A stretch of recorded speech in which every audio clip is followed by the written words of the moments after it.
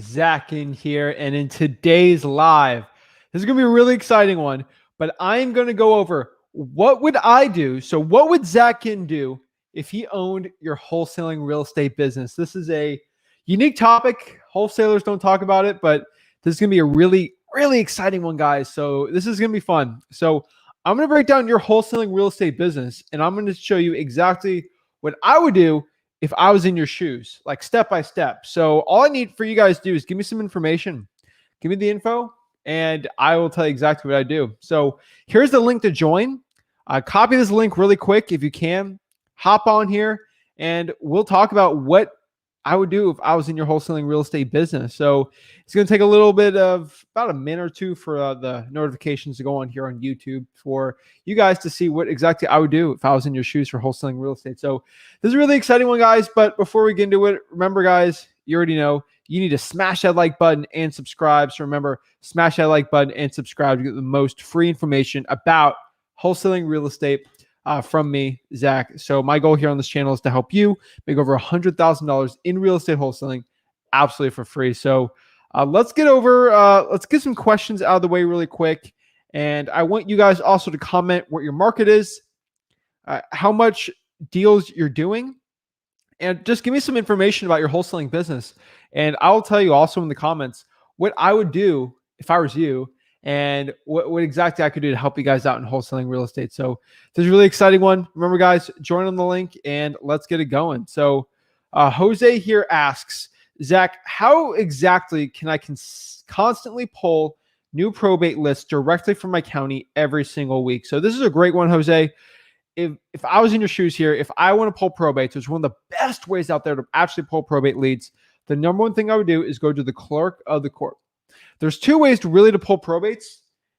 Technically three, actually. So let me break down these three. So number one is the classic way. This is one of the best ways out there to actually pull your probates, and that is go to the clerk of the court. The clerk of the court it's basically the courthouse in your county. So just go to the clerk of the court on the website. Most websites you can actually go on here and actually go to the probate records, and you can actually find the people that unfortunately passed away and pull that information, pull the heirs information. Usually from there, you'll skip trace it either on truepeoplesearch.com, truepeoplesearch.com, or just go to smszach.com. And then from there, you can skip trace paid, but it's still a pretty good one. And then from there, you can do that. The second one is you could technically buy a probate list. Probably not my favorite one. People do sell probate lists, and they're a lot later, so they're probably not the best ones out there, but overall they're pretty good, and I can't really complain too much on that. So that's probably what I'd recommend. So the third one here is through PropStream. You can actually get probates from PropStream, aka listrei.com, listrei.com. On listrei.com, the cool part about listrei.com is you can actually get what we call pre-probates.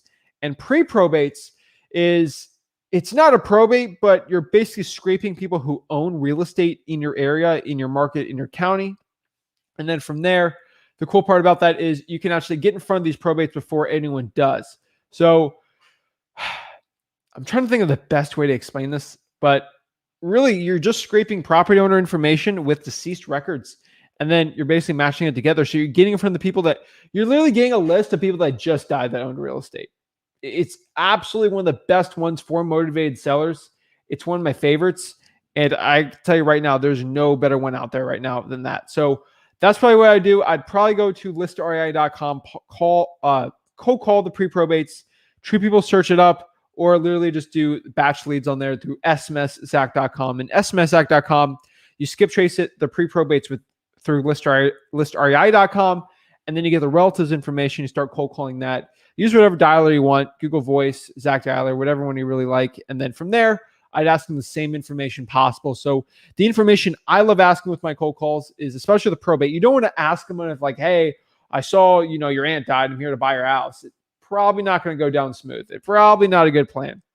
So my personal opinion here is you should probably just ask them if they're the owner of the property, and then ask if they're interested in selling the house. That's probably what I would do. And that's my best recommendation from there. So good question though, Jose. And remember, guys, comment below your questions or join the StreamYard link and I'll go on there and talk to you guys. So let's get it going. Cass says Zach is back with the facts. I appreciate it. Thank you so much, Cass. And also, thank you guys so much just for the support you've been giving me on this channel. It really means a lot to me that you guys give so much value to me by just supporting the channel and seeing what I can do to help you guys out. So it means a lot. Everyone here that comments something, everyone here that likes this video, everyone here that subscribes, it means so much to me. I mean, I've been on this journey for quite some time now with YouTube, just trying to give back to the community and just giving all the information I can possible. So that's pretty cool. Also, a quick announcement for everyone before we get started is we are in the works of developing a free wholesaling course. Literally the same exact course that you'll pay $1,000 for, $500 for, $4,000 for. I've seen people charge $11,000 for a course. What I'm going to do is create a course just like I'm going to charge you $5,000 for it and just give it for free. Give you a link, put your email in, boom, you're good. Then you got to log in and everything. It's super professional. It's got everything A to Z. Working on it pretty hard. We're making it all professional. We're getting all the cool graphics and stuff. It's going to cost me a fortune to make this thing, but the cool part about it, it's going to be free for you guys, and it's going to be free for life. So pretty exciting, and I'm pumped up for it. So let me know if that's something you guys would like. I have, I think, up to date over 500 videos on the Zach Ginn YouTube channel and the Flip with Rick YouTube channel combined. So it's kind of hard for everyone to watch all of it together. So I'll just make a free course, and then every time someone on Facebook says who's got a good course, just put the free one in there, and then the gurus don't get any money. So that'd be pretty fun. I think that's pretty cool. So first off, we got here, what I got your business. We got Paul. Paul, what's up? Can you hear me? Hey, Zach, can you hear me? Doing great, man. How are you? Hey, I'm doing awesome, man. Hey, I appreciate all the knowledge, all the golden nuggets. So I wanted to ask you, I'm currently cold calling. Right now I have about 3 months saved up to cold call. Do you think that's a good idea? 3 months. So 3 months for just what? Strictly cold calling. Like in money and skip tracing? Yeah. Okay. Okay. So with cold calling, you don't have to pay any money to get going. So you don't have to save money for it. If you want to dedicate 3 months to cold calling, I think it'd be a great idea. Yeah. No, I have saved up for 3 months. Okay. Yeah. So how much time would you dedicate to cold calling? Yeah. Right now I can do it full time. Okay, perfect. I mean, it's a pretty easy blueprint I got. I'm not working. I'm single. I'm in the Ohio market. I'm in Akron. Oh wow, great market.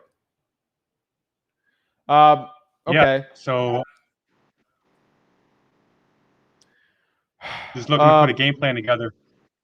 Yeah. So my recommendation for you right now is, I probably would just. How much money do you have saved up for cold calling though? Probably like $500 a month for 3 months. Okay. Yeah, perfect, man.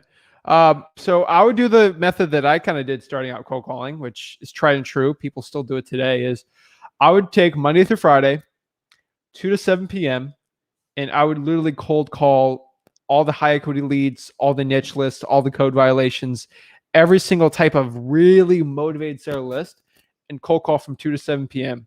And then spend the time before that, the next day, on following up with those leads. Really depends on the money. 500 is a little tight for skip tracing, which is fine, which means we'll just do more motivated seller leads and do more true people search. And then from there, I mean, you just got to get smiling and dialing. That's really it. So that would be my plan. I would pull all the probates. I would pull all the pre-probates if you can, all the water shutoffs, code violations, divorce lists, tax delinquencies, all the lien lists, credit card debt lists, everything you possibly can. Pre-foreclosure is going to be huge in the next 3 months. There's a huge tsunami coming. We're going to talk about that a little later this week on it, but there's a huge wave of pre-foreclosures. So it's going to be amazing, man. So that's what I would do. Go to truepeoplesearch.com, skip trace it for free, and just start cold calling. You can invest in a dialer if you have enough leads. Just depends on how many you have. But the best time to cold call was yesterday. So get going, man. Awesome. Thanks. Yeah, I mean, that's probably what I'd recommend. I mean, do you have a car? Yes. Okay. I would probably from I have a car. 12 to 2 try for dollars also while you're at it, while the sun's out or in the morning. And I would probably use that extra money you have saved up for driving for dollars for just gas money. You don't really need a lot of money for cold calling. And I would add driving for dollars on there 2 hours a day. I would do that 7 days a week though. And then start cold calling that list also. And then dedicate all your time to skip tracing it. How many deals? And go ahead. Okay. Yeah. How many deals do you think that would be a month? You're in Akron, so the average deal. Yeah, how many deals a month you think? Maybe 1 or 2? Okay, so you're in Akron. So deal a deal for me is like 30 grand. Be 10K. Yeah, so you'll probably be 5 to 10 because Akron's a little rougher. Obviously, you go to the rougher edges of Akron, you're just going to have all these driving for dollars leads. So it's probably good to be at the 40 to 80K range. I'm thinking. I don't know Akron too well, but I know in those like rural Ohio blue collar places, probably keep it there. And I could say 1 to 2 deals easily, 5 to 10K each. If you actually do exactly what I say, like you do it, there shouldn't be an issue doing 1 to 2 deals. It might take you a couple months just to get consistent at it. But if you drive for dollars 12 p.m. to 2 p.m. and then cold call from 2 p.m. to 7 p.m., I do the cold calling 5 days a week, driving for dollars 7 days a week, and you skip trace all those phone numbers and you cold call them, or even do a triple line dialer if you got extra money, you should not have an issue. Awesome. Thanks, bro. I appreciate it. That's my recommendation. Yeah, man, I appreciate it. Any other questions, concerns, anything else I can do to help you out in your wholesaling business? No, I'll just get started and then scale from there. Boom. That's it. Appreciate it, Paul. Thanks. Have a good day. Thanks. Have a great one. Boom. We got the first one on there. So that's exactly what I do. Like if I was in his role there, trying for dollars and cold calling is absolutely amazing. Now everyone's like, Zach, you're a broken record. Cold calling, like I am constantly talking about how much I love cold calling and how much trying for dollars is so impactful in wholesaling real estate. So I'm always going to sound like a broken record saying it, but for most people got a $500 budget, that's exactly what I would do. There's probably nothing else I would do. So that's probably what I would do. So if I was in his shoes, that's exactly how I would run his wholesaling business. On top of that, for him, I would be training. I'll be watching as much acquisitions content as I can on YouTube, all the free stuff. Eventually, when I get the wholesaling course, there'll be acquisitions trainings everywhere on there. That'd be pretty fun and cool. We'll work on that one too, but I'll do all the acquisition stuff. Again, that course will be free, just so everyone doesn't think I'm selling the course. I'm not selling a course. We'll be doing that, but I honestly, just go to YouTube, find all the acquisition stuff. Our stuff's killer. It's what we use in our business, and that's probably what I'd recommend. So let's see here. Hello. Hello, Zach. Hey, how's it going? Good, bro. How are you? Dude, I'm amazing, man. How can I help you out? Awesome, man. Got a couple of questions actually. So I'm cold calling right now for the Charlotte market. I'm doing an owner absentee list.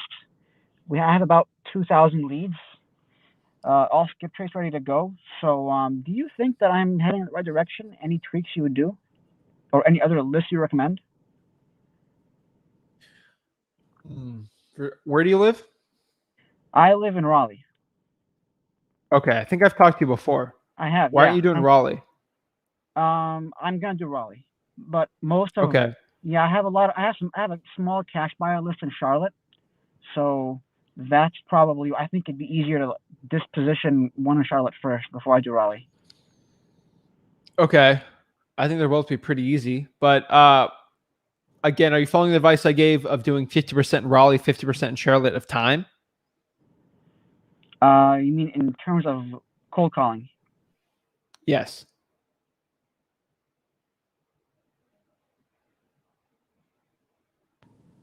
Hello, Zach, you there? Yeah, I'm right here. Yeah, sorry, man, my phone cut out. No worries. Yeah, so I have a list in Raleigh and I have a list in Charlotte. Right now I'm doing the Charlotte list. So yeah, I'm ready to go. I have about 2,000 leads in both areas. And I even have a list in Fayetteville as well. Perfect. Okay, so are you going to be driving for dollars in Charlotte? No, I'm not. I pulled my list from PropStream. What list? Owner absentee. I also have 2.8 thousand leads of probates, pre-probates from there as well. Okay. So 2,800 leads for pre-probates? Yeah. Okay. The pre-probates are only good if you skip trace it with a credit bureau data. So just keep that in mind.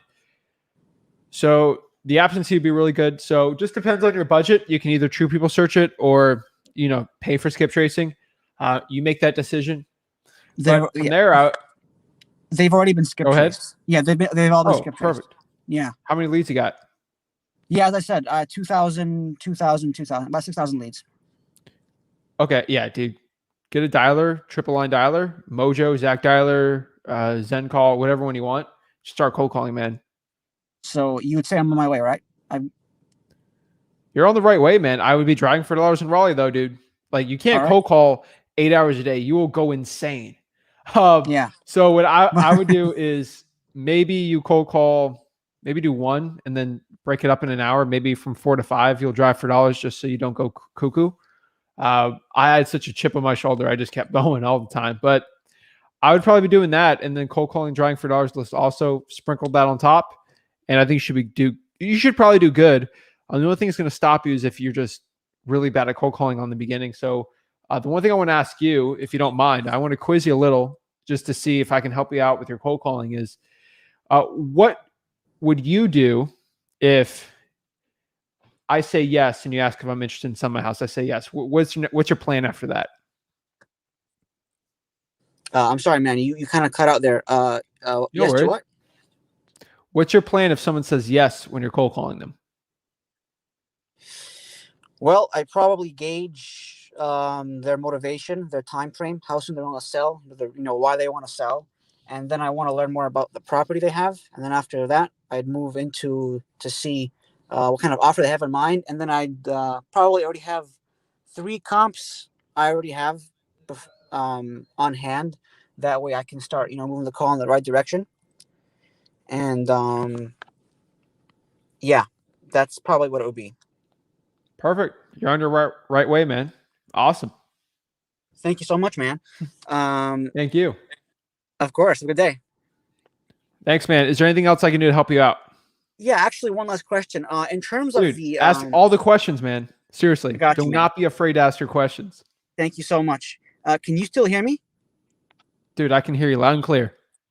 Brilliant. Yeah, bro. So I'm wondering about the disposition side. No, actually, more the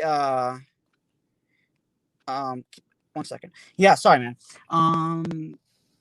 So I have a kind of like a question about the due diligence thing.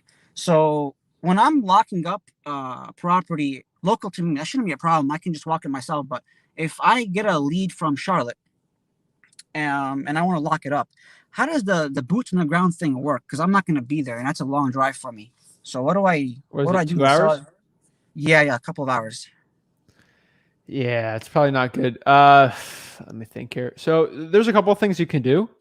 You could drive up there for 2 hours and have like 8 appointments lined up for the day. That's probably worth it. That's probably the only reason you would drive that long. So think about that.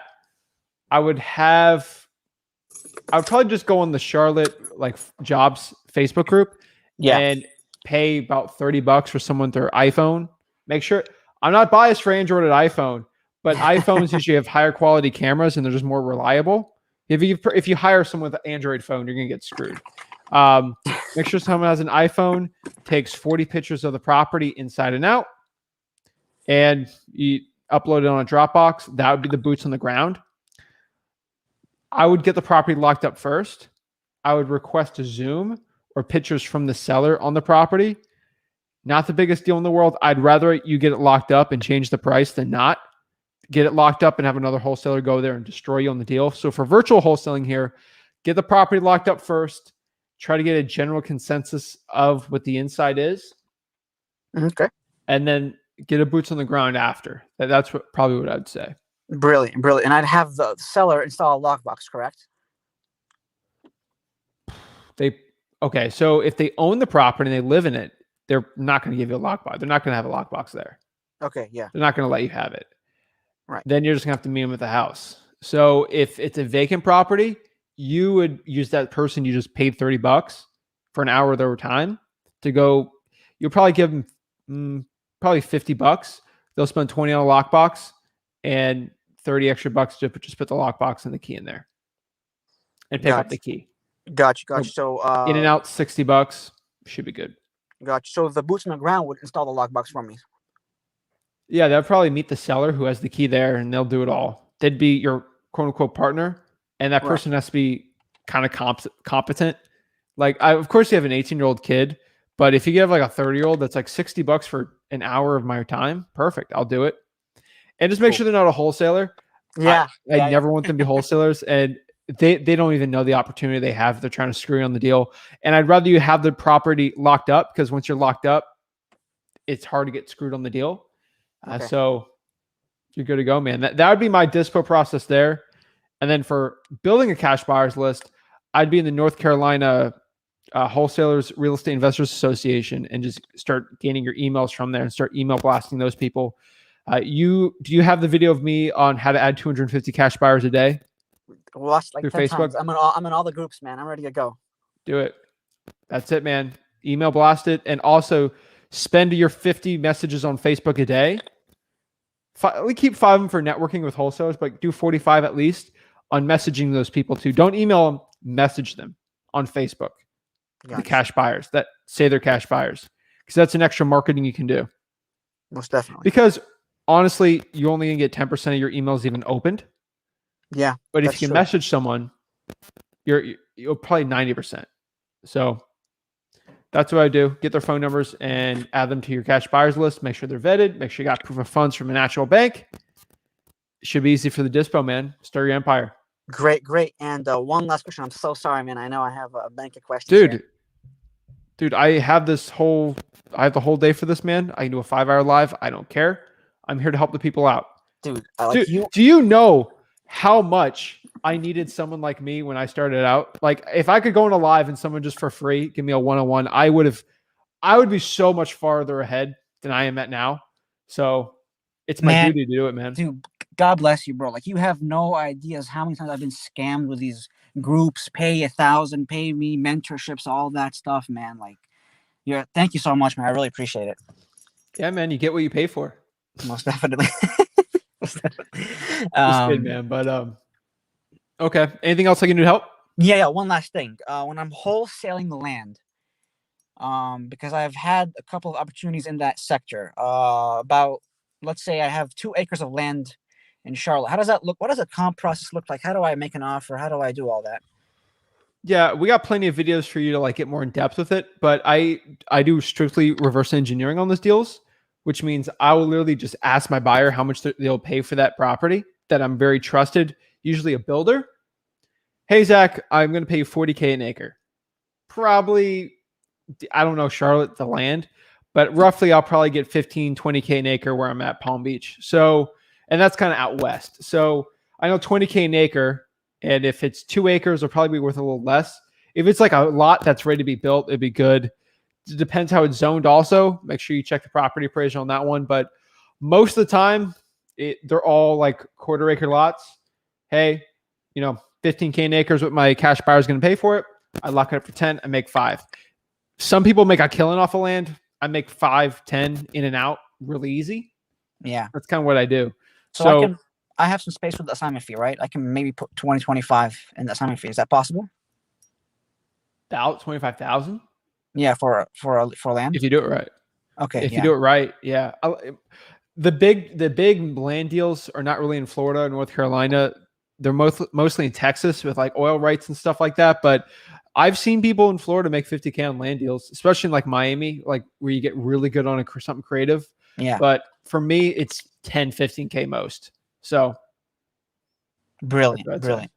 Okay, awesome. Dude, thank you so much. That'll be all for now, and I will be coming back soon with more questions, hopefully. All right, man. Hopefully help you out more. Appreciate it. Most Dude. definitely. Thank you, brother. Have a good day. Thanks. Boom. I'm telling you guys, you get what you pay for. That man did not pay me $1 for this info. So yeah, I try to give as much info as possibly I can. I'm telling you, if I had someone like this who was a 7-figure wholesaler just giving me advice like this, literally go like pop up a video and literally will tell me exactly what I need to do in my business. I would be so much further along than I am now, which I think I grew pretty fast. I think 4 years, I think it was pretty good, but that's for me, and I have a pretty good perspective on my stuff. But I just, my goodness, I wish. Hello. Yeah, can you hear me? Yeah, what's up? How you doing? Doing great, man. How are you? I'm good. Well, I did have a few things that I did want to talk to you about. Let's do it, man. Okay, the first thing I want to talk to you about is me and my partner, and the first thing I want to ask is like, how should we pay ourselves? Because how we do it is we don't have a problem getting deals. It's just when we get the money, like we'll take care of all the bills and then we'll split it between both of us. We'll be like, I don't know if that's like a good way to do it or how should we. That's the first thing. Yeah. Is to pay.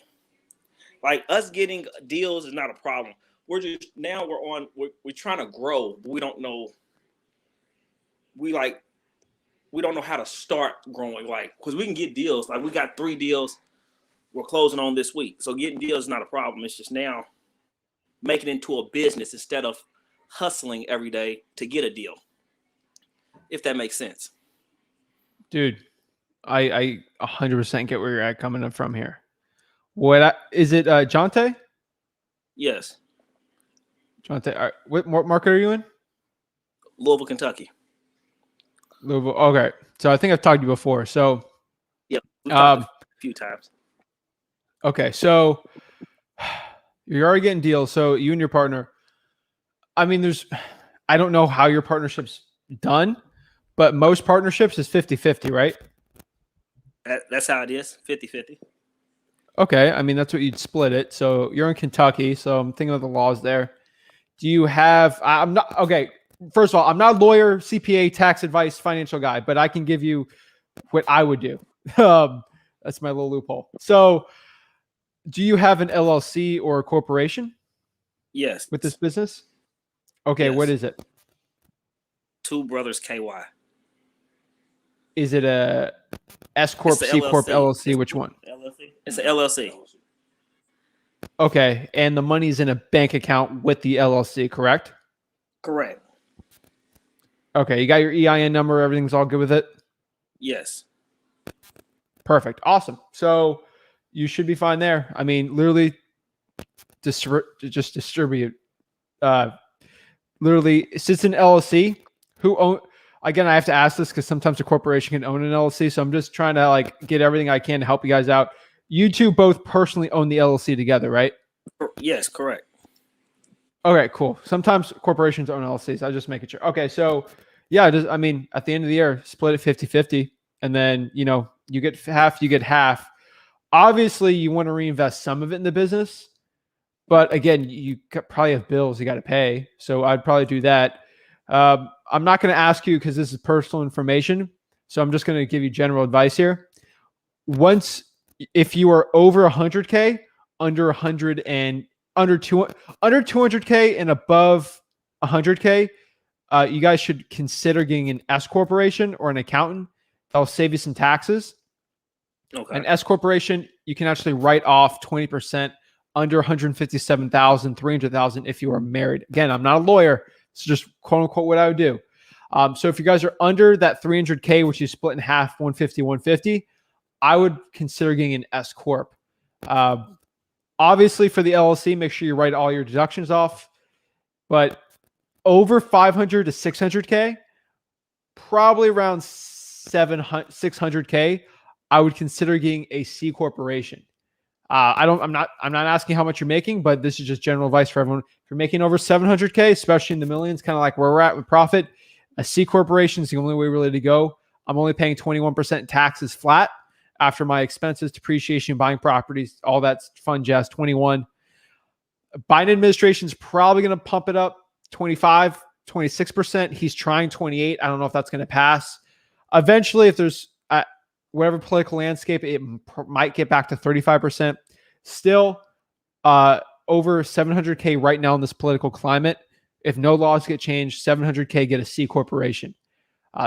Then you guys will both own the corporation and just split it with each other. But right now with an LLC, just split it and make sure you're reinvesting your profits enough. I mean, what's your marketing channels looking like right now? Well, because it's just us two. He does the texting, I do the calling.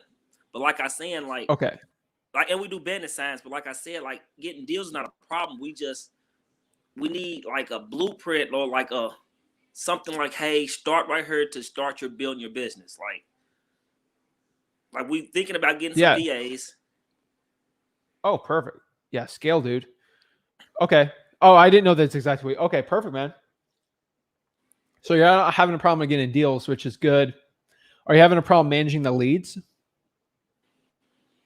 Yes, managing the leads. Like a thing of ours, we got so many follow-up calls that we don't even. I know we missed multiple deals out on them because we got so many follow-ups that when we do follow up, we already sold it.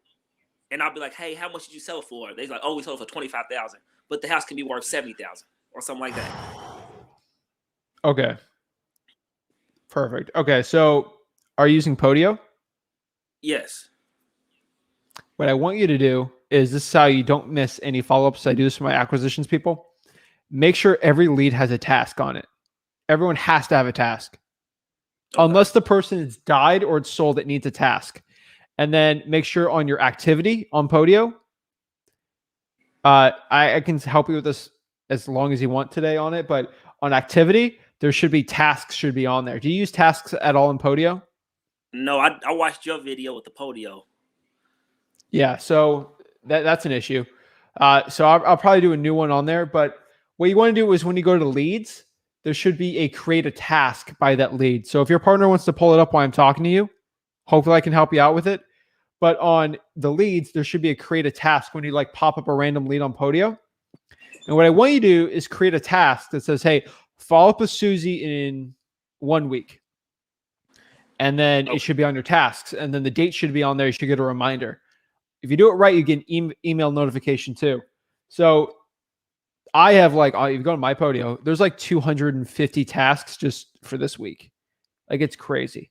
And then you click the checklist and the task is done. It's deleted. So you never miss a follow-up. I have tasks that's like, hey, call this guy in 4 months. When someone tells me, Zach, can you call me back in 6 months? Because then I'm looking to sell. I have a task for 3 months to call them. Cut that in half, call them. So creating a task, you will not have a problem with that. That's the first thing. You're losing money already not doing that. So number one thing I would tell you to do is just do that. Create tasks for your follow-ups. Do you guys see it in your Podio right now? How you can do that? Say it again. If you can pop up your leads in your Podio and just check, make sure you guys have that. It should say create task on like the bottom. Right now. And then just create a fake task and then go to all your leads and do that. Your organization should be a lot simpler and easier to do. Okay. So that's number one. Okay. Yeah. So while I'm talking to you, you're talking about scaling. Your first hire should always be for marketing.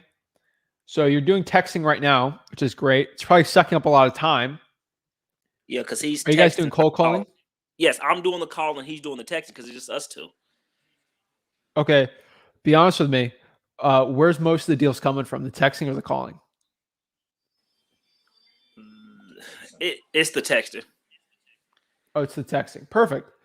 And I'm going to ask you a simple question, but through the person texting, what is the most time-consuming thing to do when you're texting? What do you mean by that? Like, is it sifting through the texting or talking to people through text? Like, what's the main bottleneck?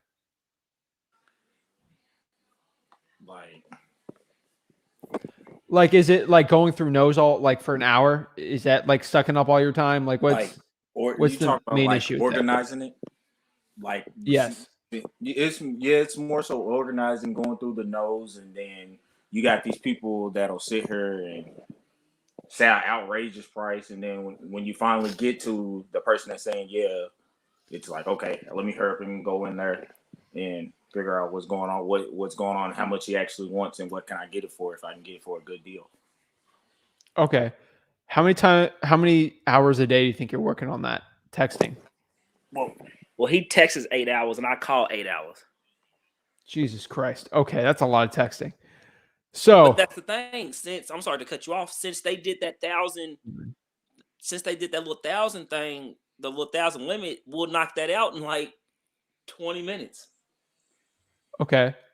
So how are you texting 8 hours a day? Are you just having multiple accounts? Yes, we have multiple accounts. But before they did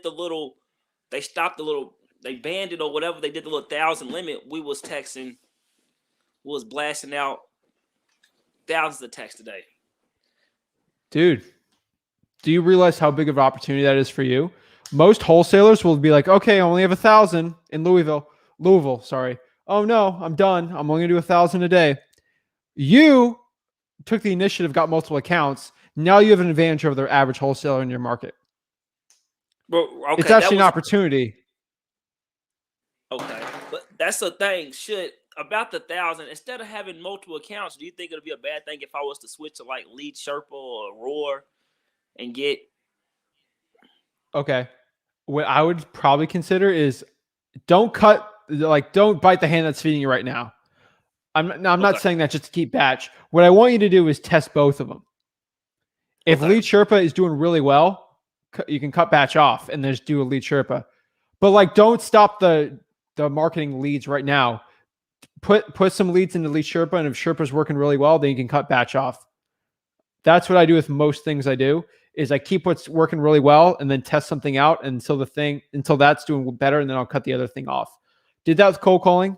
Yes. I was considering doing the one dialer and the other dialer. I kept Zen Call. I kept the other dialer, the new one, and seeing if it was consistently working. And then I cut the other one off. I didn't want to cut the marketing off. So start testing them all. You're talking about scaling. So the number one thing, what's your partner's name? Kyrie's. Yes. All right, Kyrie's. So your time is not best spent going through no's. It's actually talking to people that are vaguely interested and just sifting through it so you get high quality stuff. The number one hire you should probably do now is hire a VA whose only job is to go through no's. All they have to do is just go through the no's. If it's a yes or anything vague, it goes to you. And then your time, you won't have to deal with 6,000 replies. You only have to deal with 250. That'll free up a lot of time, and they'll get paid $5 an hour. That should help free up some more time for you to do follow-ups, which I'm telling you, you spend more time doing follow-ups, you will make so much more money. It will pay for the VA. The one deal you get from a follow-up will pay for the VA for the next 3 years. And think of all the time you saved. So would he still send the text messages out or no? Yes. Yeah. I mean, you guys have figured something out in your market. The only thing they're going to do is stuff that won't ruin your business. So them just going through the nose or reading the noses or just putting the nose in the non-interested won't screw up a deal. Them trying to talk to the yeses and screwing that up, that'll screw up the deal. So Right. low level stuff, start crawling. And then from there, what I'd probably have you start doing is you have a lot more free time. Is I personally would get, I would get a cold caller, VA cold caller, and what I would do with them is I would have them cold call lists that you're already not cold calling, so it's not affecting your marketing at all. And if they start proving they can put leads in, then have them start cold calling for you. Now remember this, Jonte, they're gonna be 70% of you. Okay. So that means if you're getting 10 leads a day, they're only gonna get 7. But if they're cold calling twice, if you have 2 VAs, then they're gonna get 14 leads versus your 10. So right. you gotta look at it like that. Then I'd get the cold callers going, and then we'll start moving you or Kyrese into acquisitions full time. Start pumping up the VAs, pumping up the marketing. You guys make more money. It'll be great. And then eventually, what you should guys be doing is find someone who does the acquisitions, and then they'll be in-house, and then they'll do the acquisitions for you. You guys be working on the dispo and the overall team, then find a dispo person, and then boom, your hands off making millions of dollars. That's honestly the goal. That is how you scale it up. That's how I did my business, and that's probably what I'd recommend. Okay, so let me repeat. Okay, so you said get a VA for texting. So Kyrese is going to send the text messages out, and the VA's job is to go through all the no's. Like everybody like say stop, no, quit. They're putting them. Well, he's basically clicking not interested or something like that. Correct? yes, they're technically going through all the text for you, and if it's not a no or an FU, it goes to Kyrese. Okay, so with the VA, that will cut 90% of the text off. Okay, so then you said get a cold caller VA, and the VA is just going to cold call list that I'm not calling. Correct? Yes. You don't want to mess up your marketing leads right now. Okay. So should I still be cold calling with the VA too, like the VA caller, and I'm calling or no? Yep. Okay. Start cold calling with them. The first week, actually, for the VA, I talked about this kind of in my scaling video I did. They shouldn't be cold calling. They should just be, excuse me, mirroring you, seeing Like what you're Zoom? doing. Yes, they should see you cold calling, and they'll understand that. And then what I want you to do is record that Zoom. So you just have so for the next VA, you don't have to do that because you might be done cold calling by then. And then with Kyrese, I want you to start texting with the VA. Eventually, they put 8 hours. You start texting with them for a week. They'll get a pretty good idea of what to know FU and what they should bring to you. Then from there, it's simple. With the VA, though, remember, the pitch has to be simple because they have slight accents. Are they the owner, and are they interested? If it's anything, it goes straight into the podio for you to call because you guys are way better than them. Right. Don't qualify. Hey, someone from the team is going to call you. That's okay. So that's cold calling. Okay, so when they call, that, man. They say, so when they call and the owner says hello, they should just say, "Hey, this is Woo Woo. I was calling about a property. Are you interested in selling?" What we do is, "Hey, are you the owner of 123 Main Street?" "Yes, I am." Gets their attention. "Are you interested in selling it?" "Maybe." "Okay, well, we'll have some other team call you." Dude, you know cold calling. Just getting the yes is the hardest part. That's the hardest part. So if you could just get yeses in your podio, you can clean up. That's it. Okay. That's the goal. All right. And well, so we're on the podio now. So what was you said the task? Go to leads, and it should be under tasks. Hold on 1 second. Yeah, no worries. But that kind of system, well, it helps you so much. Okay.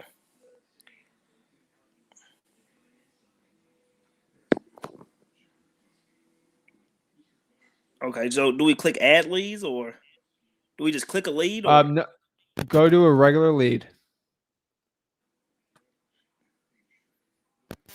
And then on the bottom, it should be tasks, right by tags and files. Oh, okay. Add it, create a task. Just say, hey, follow up with Susie about whatever on this date. Make sure you get a reminder on there. Add your email, who's in charge of the lead. And then on your activity, it should be, hey, there's a task here for tomorrow. Go call Susie. Oh, okay. Dude, you All will right. not have a problem with your follow-ups. I don't know how you're not how you survived doing that before, but like we couldn't do it without doing that because I can't memorize. I have a really good memory, but I can't memorize 500 leads like that. And our last question: do you know anything about Springfield in Boston, Massachusetts? The market? Not at all, man. Okay. All right. So that was about all. You got anything else to ask? We really appreciate you. You answered. Oh yeah, man. We appreciate you. That's it, man. Keep it up, dude. That's all I can say, man. You're doing great. Once you scale those systems up, man, it is a life changer once you do it. Yeah. I'm telling you right now. It's a life changer. You'll make more money doing this and working less. Okay. It's amazing. So that's what I'd say. Record your stuff when you're training the VA so you don't have to like do it again. It kind of sucks the first time, but we have a whole little training module for all of our VAs. It's perfect. Do you guys charge for it? You guys want to sell it to us? Dude, we don't sell anything, man. I'm sorry. I don't like I'll give it for free. It's for my personal market. So we can't really do that.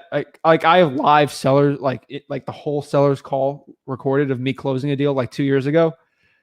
I can't release that on YouTube to tens of thousands of people, but I can do a little VA training for people. A lot of people just show my YouTube videos, but I'll go through some stuff and see what I can do. But a lot of the cold calling videos I do are really good, but nothing's better than the way you do it. So what you're doing now, don't change it.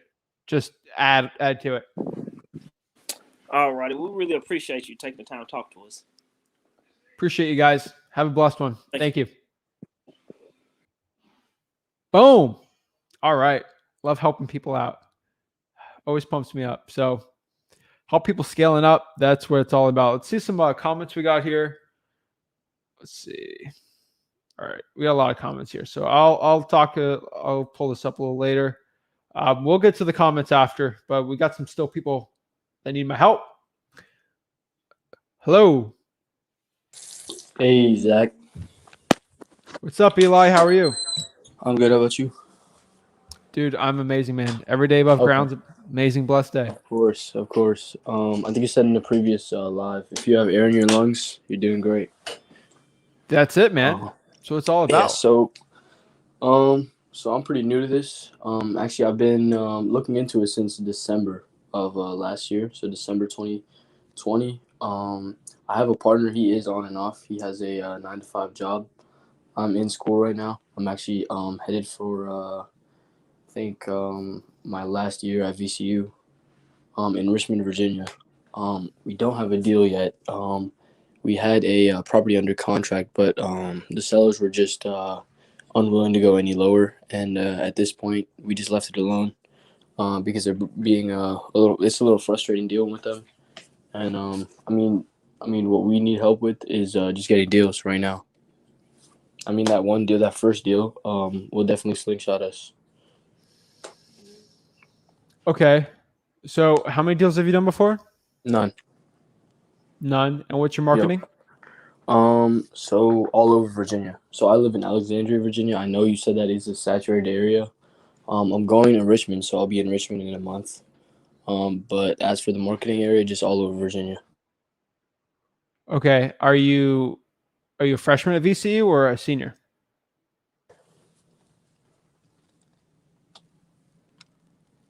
I'm going in as a senior. So my bad. Okay. I'm going in as a senior. So I have 3 more semesters left.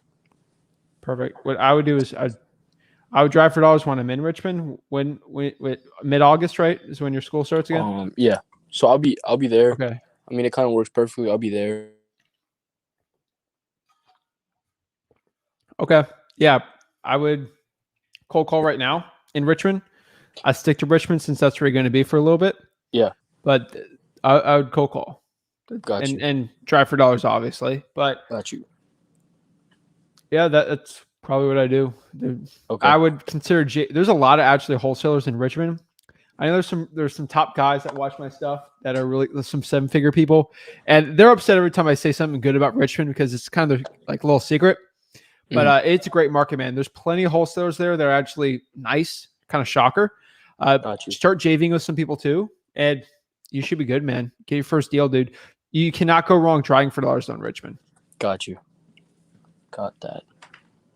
All right, man. Thanks so much for your time. Perfect. Thank you, Eli. Have a blessed one. Have a nice day. You too. Perfect. Boom, boom, boom, boom, boom. Let's get this party started. Let's keep it going. Kara, how are you? Hey, I'm good. How are you? Doing great. Doing great. How can I help you out in your wholesaling business? So I was looking up the code enforcement liens and I got some good lists, but for some reason when I call them, I know this will happen a lot, like maybe it's a new owner and the past owner was the one that put the lien on, but I come into the problem where a lot of them were like, well, I bought or I did a warranty deed, so they're thinking they bought it free and clear, and then they didn't know anything about the code enforcement lien, and I was wondering if that ever happened to you when you called people about them. Can you repeat the question one more time? Repeat it one more time. There's people where I'm calling them where it's a new owner and it was the past owner that put a code enforcement lien on the property, and they don't know why it would have been still on the property because they had a warranty deed. Yeah, if it's a warranty deed, it should have been cleared up. Usually that's not an issue. I mean, Yeah. how big of a lien is it on the house? Is it a lien or a code violation? It's a lien, and I told the lady to honestly just try to call the code enforcement themselves because she was so hung up on like, well, it was a warranty deed. I bought it free and clear. I don't know what's happening. But it was from like 7 years ago, so I know it is going to be a lot. But she didn't know exactly how much it is right now. Is it did the code? She's got a call. Did the code violation get resolved? There's a lot of questions to be answered. If it got resolved and there was a warranty deed, it should be fine. Are you seeing this from PropStream? It never came into.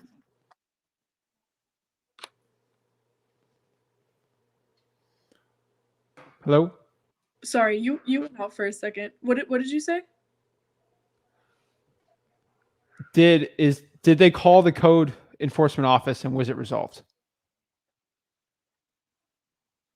Yeah, it never went into compliance, but they did call the code enforcement office and they had to submit it to like a higher up person, so they haven't gotten an answer back. But she's still kind of working on like figuring out what happened.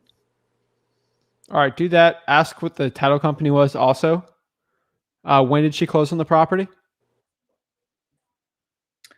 The seller? It was like only 4 years ago. And yeah. Yeah. I probably would ask I'd ask the title company and then code enforcement. Code enforcement should clean it up. They're pretty nice people, so they're generally will help you out. So I'll have the seller call and get it resolved. It's not your problem. Okay. Yeah, no, I just after that one, I almost wanted to hear about like how she figured it out because it kind of keeps happening to me where all this will be like and then don't know anything because it's from the past owner. Yeah, usually with a warranty deed, you should be fine. It's with a quit claim deed are always the messes. So, I mean, Yeah. I mean, it's just a bad title company, and title companies only use like one to three companies. So you should be fine, or they should be fine. Okay. And then my other question is I know some people in Florida that with instead of doing the ARV times say like 70 or 75%, whatever you do, minus the repairs, they'll just do ARV times like 60 to 65, and then they'll minus their wholesale fee. Will you ever do something like that? Nope. It's ARV minus repair multiplied by how much the cash buyer discount is, and then minus my fee. Because that's what it actually is. There's no way. It's how it boils down. People Okay. are going to pay a percentage of the value of the house. That's what a cash buyer pays. And then I just take my fee off of it. You could do 70%. It doesn't Right. really matter. I mean, it's what you get under contract for and how much you sell it for. Simple as that. Okay. I've had a deal where I was going to make 10 on it, and I threw it out to cash buyers, had them give me the price first, and we're making 30 on it. Okay. I Almost did all my numbers wrong. like You cut out there again. I'm sorry. Oh, sorry. I said, what do you normally stick around, like the 70%? Or About you strictly just 84 look at what in the Florida. buyer produced? I literally look on the appointment. So for acquisitions people, Okay. hey, the property's worth $100,000. It's got 20,000 repairs. That's 80,000. Cash buyers usually pay 84% of that. So 80,000, 67,200 is what our cash buyer is going to pay for it. Let's talk. Let's have a negotiation. I'll offer 40, and maybe we get locked up for 45. I said, hey, cool, made 22K. That's really as simple as it. Literally, if I get a contract for 65, I'm going to make it 2K. So it doesn't matter. I just give a really low offer and I negotiate from there. See what sticks.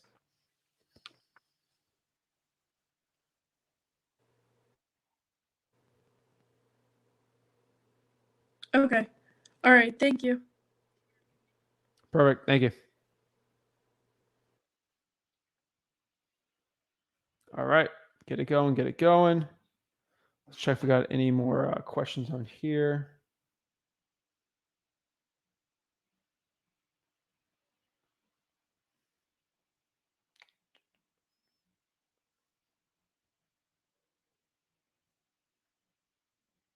Okay. So nothing really crazy there. So let's go. Oh my gosh, we got a lot of people. Jeez. All right. Awesome. Jonathan, Zach, what's up, man? what's up, man? How are you doing? Good, good. How you doing, bro? Doing great, man. How can I help you out? Well, I'm down here in Tampa. I've got a super competitive market, like I'm sure everyone does right now with what's going on. Leads are good. I've been doing wholesaling since I got out of high school, so I mean it's been a slow progress, or it's been good progress, I should say. Definitely inspired by watching you guys. How often are you pulling, real quick? How often are you pulling fresh calling lists and everything? Do you just recycle the same leads every day for a while? Like, what does that look like? High equity gets recycled. Really depends. Mostly every year for the high equity. Probates every month. Code violations basically every month. I like to do every week. Probates we like to do every week if we can. Just depends everywhere. But we like to do the information as quick as we can. So you could do PropStream high equity leads every single month if you wanted to. It's just kind of a waste. So, I mean, as soon as you can, the water shutoffs right when I can get them, code violations right when I can get them, the liens right when they pop up, credit card debt lists whenever they pop up. It really depends. So typically what I do is, I mean, I've got the auto list set up in PropStream and everything with the criteria for each county, and that's kind of how I separated it.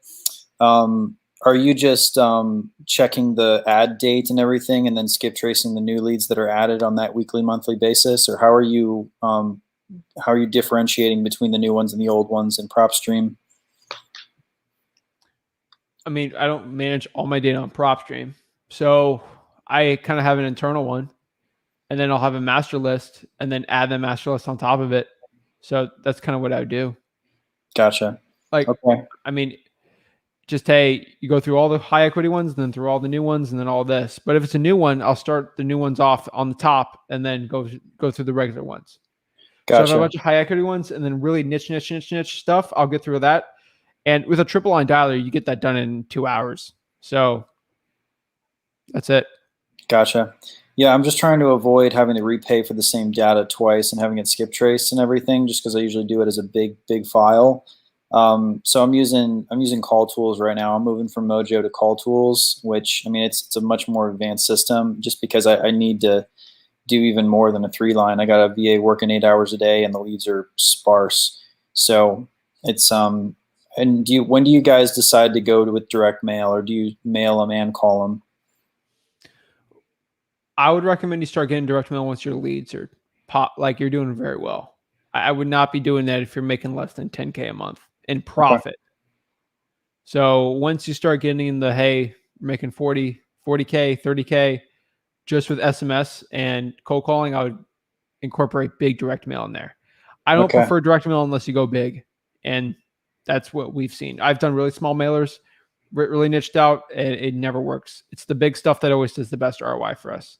Kind of weird, but yeah. Interesting. Yeah, I pulled a we can chat later. I know you got other people that are on this, and I want to check out some of the other. I'm here for as long as you want, man. Cool, man. I appreciate it. I might check out some of your other videos too, just to kind of have a more realistic idea of what to expect from cold calling and everything. I've been doing it for a while, had some really good leads. Again, I don't want to get in the mindset that there aren't any leads out there because now the market's hot. It's always been that way. You know what I mean? So what do you guys use to track KPIs? Do you just use the internal system on the callers system that you're using, or how do you determine good lists, bad lists, things like that? Google Sheets is where I live for my data. So I'll export the data for you would be Call Tools. For me on the ZachDialer.com, I would just be exporting that information. But really the most important information, again, is how much money you're making in profit and how much money you're spending. That's what it comes. What's your ROI on the business? But you know, how many calls you got to do to get a lead? How many leads does it take to get a deal? How many calls for a deal? Like just general stuff is what you kind of have to do. And then leads for appointment, stuff like that, average deal. You can track it all till, the cows come home. But at the end of the day is how much money you're spending and how much deals you're getting. Yeah. Profit-wise. For sure. So Google Sheets, that's what I do. Okay. That's good. That's good. I'll probably maybe take a look at some of the content I know you already have out there about that. Yeah, it's just a matter of, I think, doing it. I mean, as far as virtual assistants and everything, my Filipino one, I just don't think is working out. She's been working 8 hours a day for the last couple months. And again, leads have been very little. I think people hear it and then they just end up hanging up immediately. It's really, really hard to teach empathy. It's really hard to teach that kind of American kind of nuance, you know? So do you recommend American callers, or is it just a numbers game and I'm being sparse with the hours dialed? I personally, what you're probably doing wrong is you're probably not training them enough. How many hours are they cold calling? 6 to 8 hours a day, typically 5 days a week. Okay. And how many leads per day? Maybe 2 or 3, maybe. And that's early in the beginning when they're first starting on the list. The contact rate is so low. I'm using Mojo. They could call 1,200 people and only get maybe 10, 15 contacts. And I've tried changing the numbers around. I've tried other things. I just can't get people on the phone. Are you using how many dials are you, like, is it like a triple line dialer, 5-line, 10-line? It was a triple line dialer from Mojo. Moving over to Call Tools, I'll have the option to do a 10-line dialer if I have to. I think, and how many phone numbers are you using? I'm sorry, I'm asking a lot of questions. There's so many factors in your success? Sure. With Mojo, I would switch it out every week, every couple of weeks, just to a new phone number. With Call Tools, I know they're much more sophisticated of a system, so I haven't really dabbled in that yet. But even that, yeah, I don't know if I just need to spend more time training. I have an American cold caller on hand who sounds much better on the phone. I might just switch over to her, and just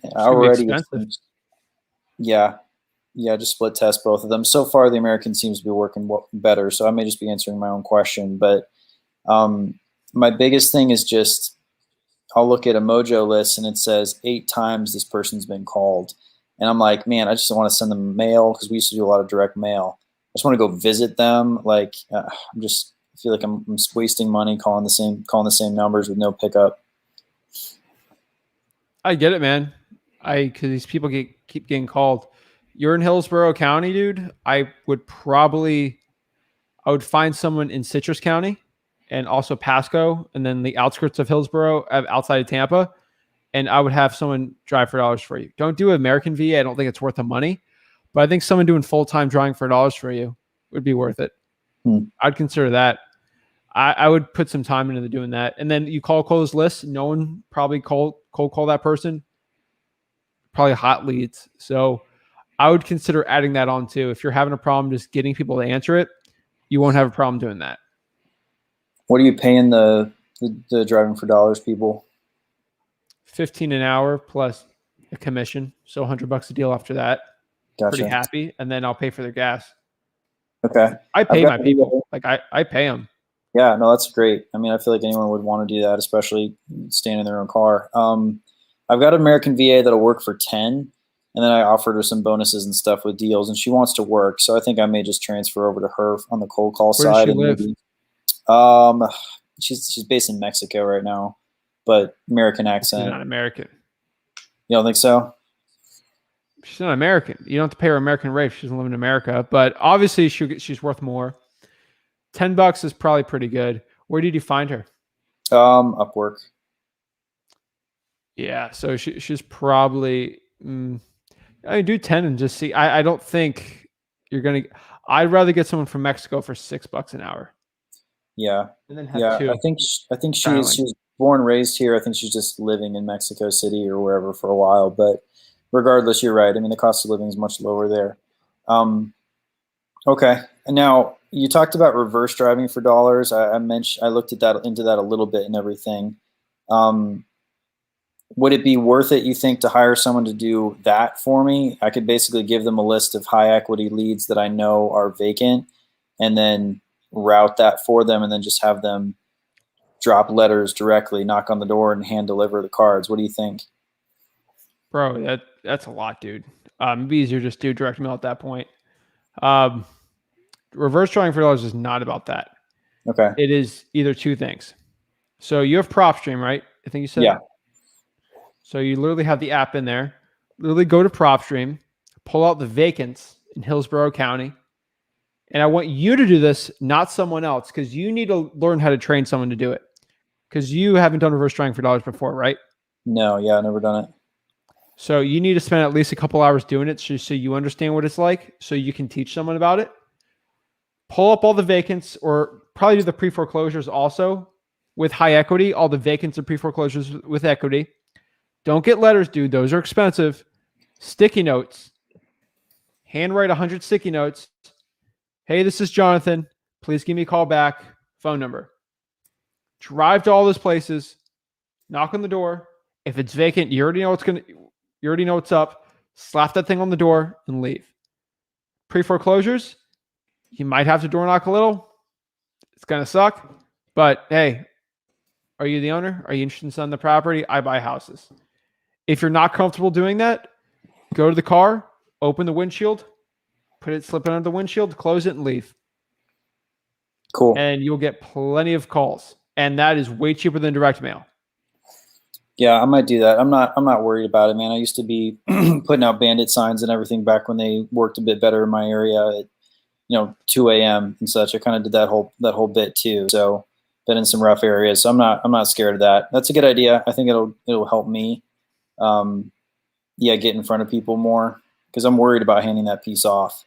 Of just being face to face with someone. I'd rather, I care a lot more than anyone else would. So I'm okay doing it for now, and then maybe training someone and letting that go just to scale. Yeah, that's what it's about. Acquisitions person at best would be 7% of you. So would you rather make 70% of $1 million or 70% of $10 million? Right. I mean, 100% of $1 million or 70% of $10 million. Sure. That's right. Hey, right, you're not efficient, but you're still doing well. But yeah, go ahead. Yeah. Yeah, I'll probably look into hire an acquisitions manager. Would you recommend young guys, 20 somethings? Would you recommend would you recommend females? What do you think? Where's a good place to find those people? With wholesaling in general, like anything, your age, gender, race, nationality, accent, language you speak doesn't matter. Like none of it matters. The thing that you got to be careful of is you do not want to hire someone that is just a dreamer, if that makes sense. Someone who is a visionary that, hey, you got a 19-year-old that literally wants to run his own business and do everything. You hire him, he's just going to suck all your info and then do it himself because he wants all the money and he wants to run his own business.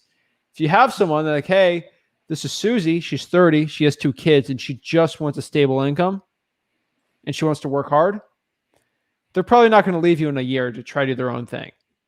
You get a young kid that's very ambitious, it's cool. They'll do well for you for 6 months. You're going to hire a new person. Yeah. You want someone that wants a job, not to run their own business. You get a dreamer in there, you're going to get screwed. Yep. That's the one thing I can tell you right now. It is exhausting training a new acquisitions person. Exhausting. Do you have a video on training those acquisition people, or anything you can point me towards? It may just be having them in the car with me, just shadowing me as we do it. So on most of it would be shadowing, dude. The way I do it, man, is I run a very tight ship. There's a lot of money on the line in my business. So I need my acquisitions person to be as good as possible. So I have the 3-3-3 rule, which is I need my acquisitions person to go watch me close 3 deals of at least 30K or more in profit. Just shadow me. And then we have to do 3 appointments and 3 deals where they talk a little, then I talk. We both build rapport together as a tag team, and we both close $30,000 deal, 3 $30,000 deals, so 90K. And then for 3, not 90K, but it'll be more than that. And then the last 3 is I shadow them and I see them close in front of me 3 $30,000 plus deals each. Then from there, you're good to go. Yeah. That's what I do. Sometimes it takes 2 months to get to that point, but once they're at that point, I don't have to train them anymore. I obviously have to keep them up with everything, but that's what I do. What are you paying them? Acquisitions guys. Percentage. Okay. At least 10 to 15%. Anything less, you're not going to last. Yeah. Do you pay a base salary? Do you do draw, or is it just get your first deal, hang out with me? Okay. That's it. Cool. Awesome, man. Those deals I just mentioned right there, like we run a pretty good operation, so they get paid very well. But those 3 deals are what? At least 100K, like 90, but like at least 100. They're getting at least 10, 15K their first month or first month and a half. So it's good salary. I'm in St. Lucie County, Florida, which is not like Hillsborough. Our salary's a lot lower here. So that's a good job.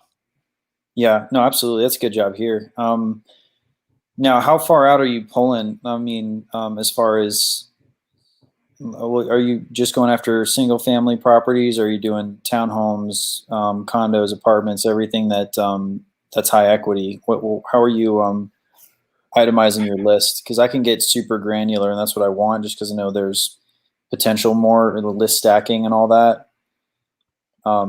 Dude, how broad? I don't know Tampa to a T, but I would study the top wholesalers in Tampa, not the gurus, people you can actually see do deals. Most of those guys aren't going to sell a course or have a YouTube channel, and just see what they're doing. Most of the time, it's single family properties. They'll sprinkle in some townhomes there. HOAs are always a mess in Florida, but it's mostly single family properties, man. Okay. Just high equity single families, just brought it out from there. Okay. That's it, dude. Are you doing citrus in Pasco counties? I'm doing Pasco, Hernando, Pinellas, Hillsborough. Yeah, you're good there. Yeah, I'll just pull high equity and everything. I might just do a big, massive skip trace and everything after pulling out the new leads, and stop being so anal about my lists and everything. Cool. Yeah, I even tried pulling just the free and clear properties that I knew were not owner occupied. I built an offer for every single one of them, mailed them out with a handwritten letter with a contract. Got like no response. Got like 1 call. So I Yeah, it was a lot of work. It's kind Well, of why didn't you do an ROS postcard? say again. Why didn't you do an ROS postcard? What's that? It's literally what I do. I mail offers on postcards. Your And you offers are probably do? too low. Yeah, I'm sure they were. I mean, are you pulling based on market value? Or are you pulling based on appraised value? How are you getting your valuations? Dude, I spent a bunch of money making a whole calculation. Just go to offerpostcard.com, Okay. and then that's exactly what I do. But unless that's big boy money stuff, but that's what we do, and we get a good response rate on that. But dude, reverse drawing for dollars, you're having a problem getting in contact with them, you will get a very high contact on that. People are very curious when you send them a sticky note with, say, call me on it. Almost And all the that's just time you it. get it. Just my name, phone number, call me. That's it. Hey, this is Jonathan. Give me a call, please. Sweet. It's like, dude, Weird one. if someone went in your house, in front of your house, stuck it on your windshield, hey, this is Sarah. Please give me a call. You're gonna be like, I gotta call this. This is weird. This is interesting. Maybe I should put a It's girl's curiosity. name. It's human nature. Yeah, I wouldn't put a girl's name. That's kind of creepy. All right, Yeah, no, Sam. I hear you. Tyler. This is Tyler. You'd be like, I better call that. It's kind of interesting. Yeah. That's good. It's good. I'll check out ROS postcard. I'll start doing that. And I'm assuming you're going to the mailing addresses of these vacant properties with the sticky note stuff. Some of them are outside, but I will go to the mailing address if it's in the city. If it was like in the area, then sure. Or I'll just go to the actual vacants if I had to. Okay. Awesome. Sounds good, man. Yeah. Next time we talk, I'll have done that. I'll check out your ROS postcard thing, and we'll see where we're at. Hopefully, I'll have some deals from cold calling too. So I'll let you go, man. I really appreciate what you guys are doing. It's I've paid for gurus. I've been to a lot of the seminars, and you guys are one of the best that I've seen. So keep it up. Appreciate it. Thank you. Any other questions you got? No, man, that's good. So for now, I'll get started on this. I'm sure we could chat all day about it, but I'll get started on this just so I have some action points. Boom. Let's get it going. Thank you so much. Right. Thanks, man. Take care.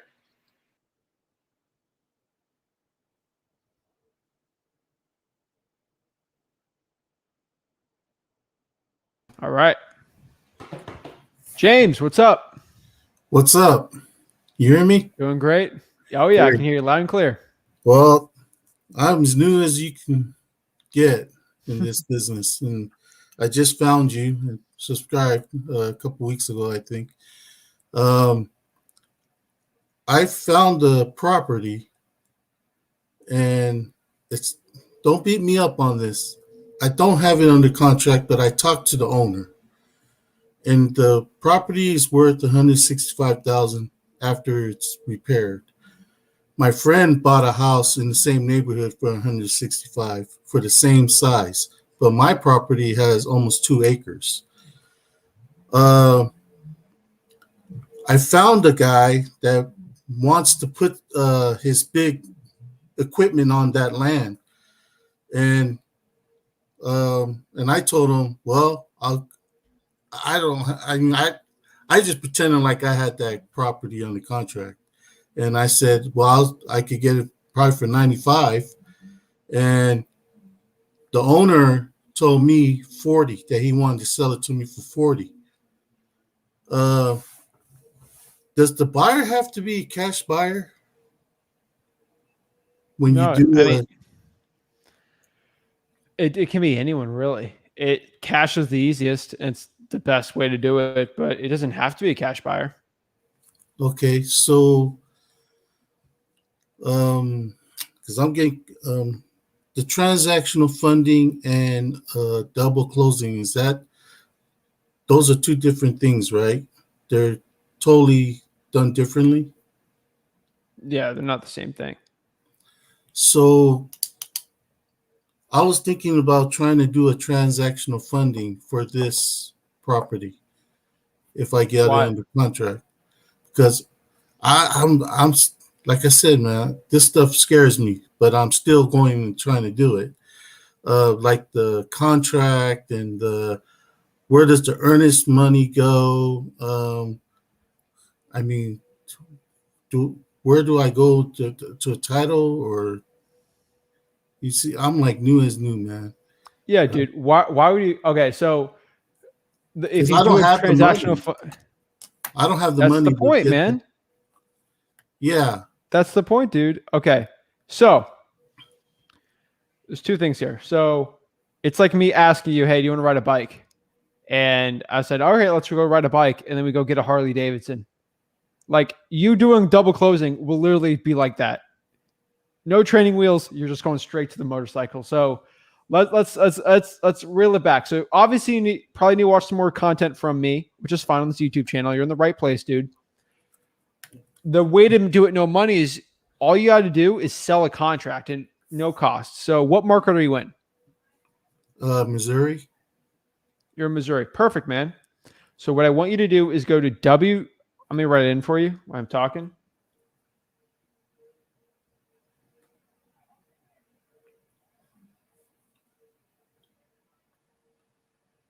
All right. So I want you to see this on the screen here. Literally, all you got to do is go to www.flipwithrick.com/contract. What I want you to do is have a contract signed, do $100 deposit. Then what I want you to do is find a title company. There should be a video, search title company space Flip with Rick. From there, it'll show you exactly how to find a title company, find a wholesaling friendly title company. It should take you maybe half a day to do that. And then from there, get the contract signed, bring it to that title company. This is all recorded, by the way. And then from there, I want you to find a cash buyer through Facebook. Got plenty of videos on how to do that. I'd probably search the Missouri Real Estate Investors Association, get a bunch of emails, message people on Facebook, have them walk through the house. Then with www.flipwithrick.com/contract, there's actually an assignment of contract attached to that. Use that one to actually sell the contract for a higher price so you can make a profit. And then the title company has everything, get a deposit from your buyer, and then boom, you make money. Only thing you're out is $100, which you'll get back at closing. Or if you can't find a buyer, you get your $100 back if you do it within the due diligence period or the inspection period. So you should be fine. So no money at all. I'm sorry. Go ahead. No, there's no money involved at all, except the $100 deposit. So you're good, and you'll get the $100 back. Okay. So there's actually two contracts in this process. Yes. Okay. Yes. So it's your intention to put a property under contract, and the second one is you actually selling that contract, assigning it for a fee. Okay. Man, I appreciate it. I'll let you know how it goes. I can't wait. All right. Thanks a lot, man. All right. I appreciate it. Let me know if there's any help you need. I'm always here to help. All right. Would you be doing transactional funding in the future? No. I mean, I don't sell coaching. I don't want to I'm just here to help people out. I'm kind of here teaching people for free. I'm not here trying to make money off of you guys. So, so do you meet up with people? Do you have seminars or? No, I mean, I give everything out for free. Yeah, that's awesome. You're the first I think guy. video is the best way to do it, man. A video is the best way to do it. Why would you fly all the way to Florida, spend about $2,000 to meet me at a seminar when I can just go to you video chat right now for free, and then that $2,000 you could spend on your own marketing? Yeah. What I'm going to tell you in person. The different what I'm going to say on video is the same exact conversation. Same exact conversation. This is awesome. That's it, man. The world's turning digital, man. Yeah. Why not? I appreciate you, Zach. That's it, man. Thank you. Dude, do you pay for your music, or do you use a Spotify? Music? No, I don't do any of that. Like people used to pay for albums, and people just get it streamed for free. That's what I'm trying to do for wholesaling, man. Oh, that's it. Yes. Okay. That's it. Future's That's free. awesome. That's awesome. Thank you. Good man. Good man. You're the man. Thank you, All right. James. Let me Thank know. you, Keep me Zach. updated. I will. Thank you. I will. Thank you. Perfect. Boom. Telling you. Trying to be the Spotify of wholesaling, guys. Stop paying for it. We're not buying albums. This isn't 1974 anymore. The Dolphins are terrible at football. They're good in 74. I think, yeah. No, they won 72 then 73. So, yeah. All right. Ray, what's up?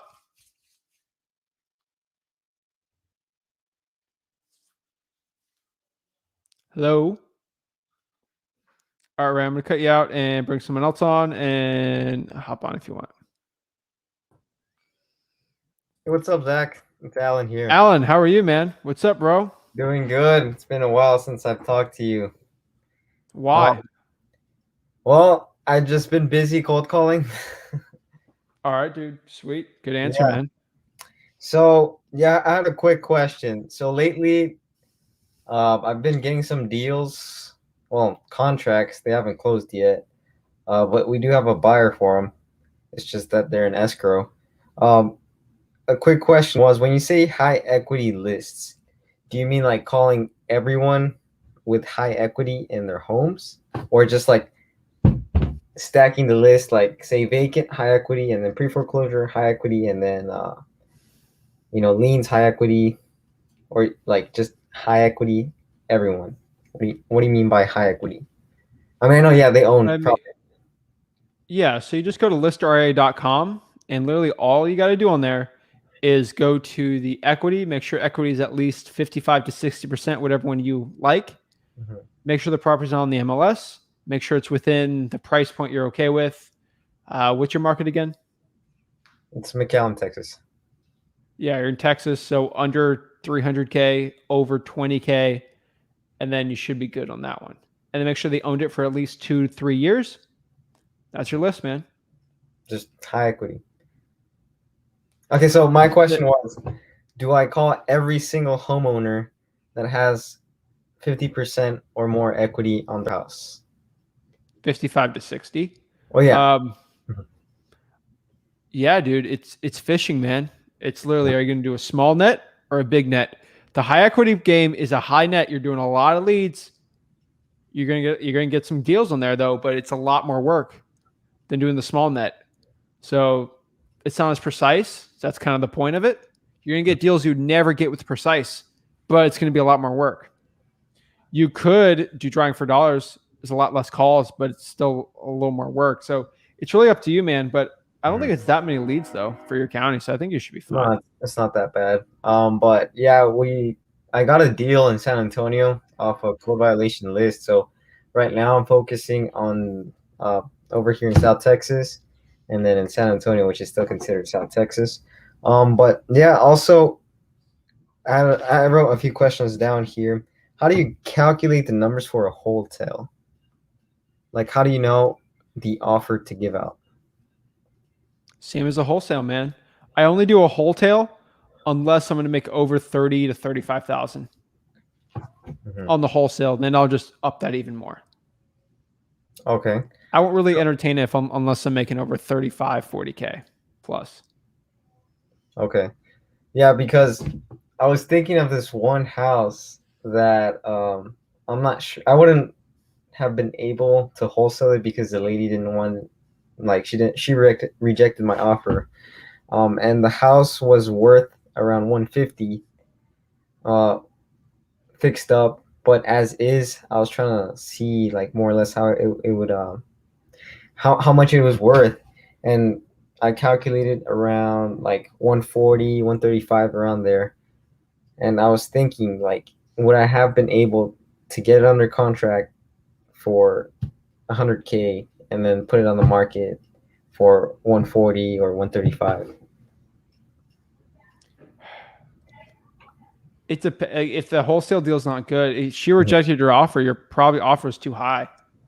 Probably not going to make an insane amount. Mm-hmm. Yeah, she wanted 100K and I needed to be at 70K. And she wanted to sell the house because she was already retired and she wanted to move to a smaller house. But yeah, that's been kind of in the back of my head. Like, how would I have like been able, like, and would I have been able to wholesale that property? But Probably, if the deal's not good enough, I would not wholesale it now. I mean, she said no because of the price, dude. yeah, okay. And yeah, another question I have: I've seen some signs that say we buy houses full price. I don't know if you're familiar with like that type of strategy. Stupid. Yeah. So do you know how that works? Like they're just stupid wholesalers. They're not stupid. It's technically a good marketing strategy, Mhm. but they're not going to buy it full price. I think it's bait and switch. There's a fine line between what I do on the offer postcard, where everyone thinks that's a bait and switch, but not really. I've done deals with those offers. When you say you're going to pay full price, it's really stupid, because realtors pay full price, but then realtors have to charge commissions. So no one's going to buy a property. Actually, no one buys properties full price. No, hedge funds don't even buy it. Nobody on this earth, some people, I guess, but 99.9% of buyers don't buy anything full price. There's commissions involved. So if I'm going to buy your property full price, the seller's agent's going to get the money. So it's not full price.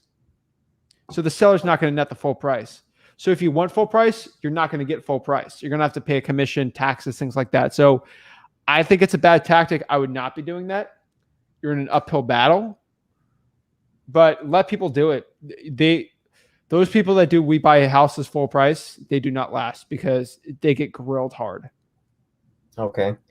And another question. This is more like a mentality question.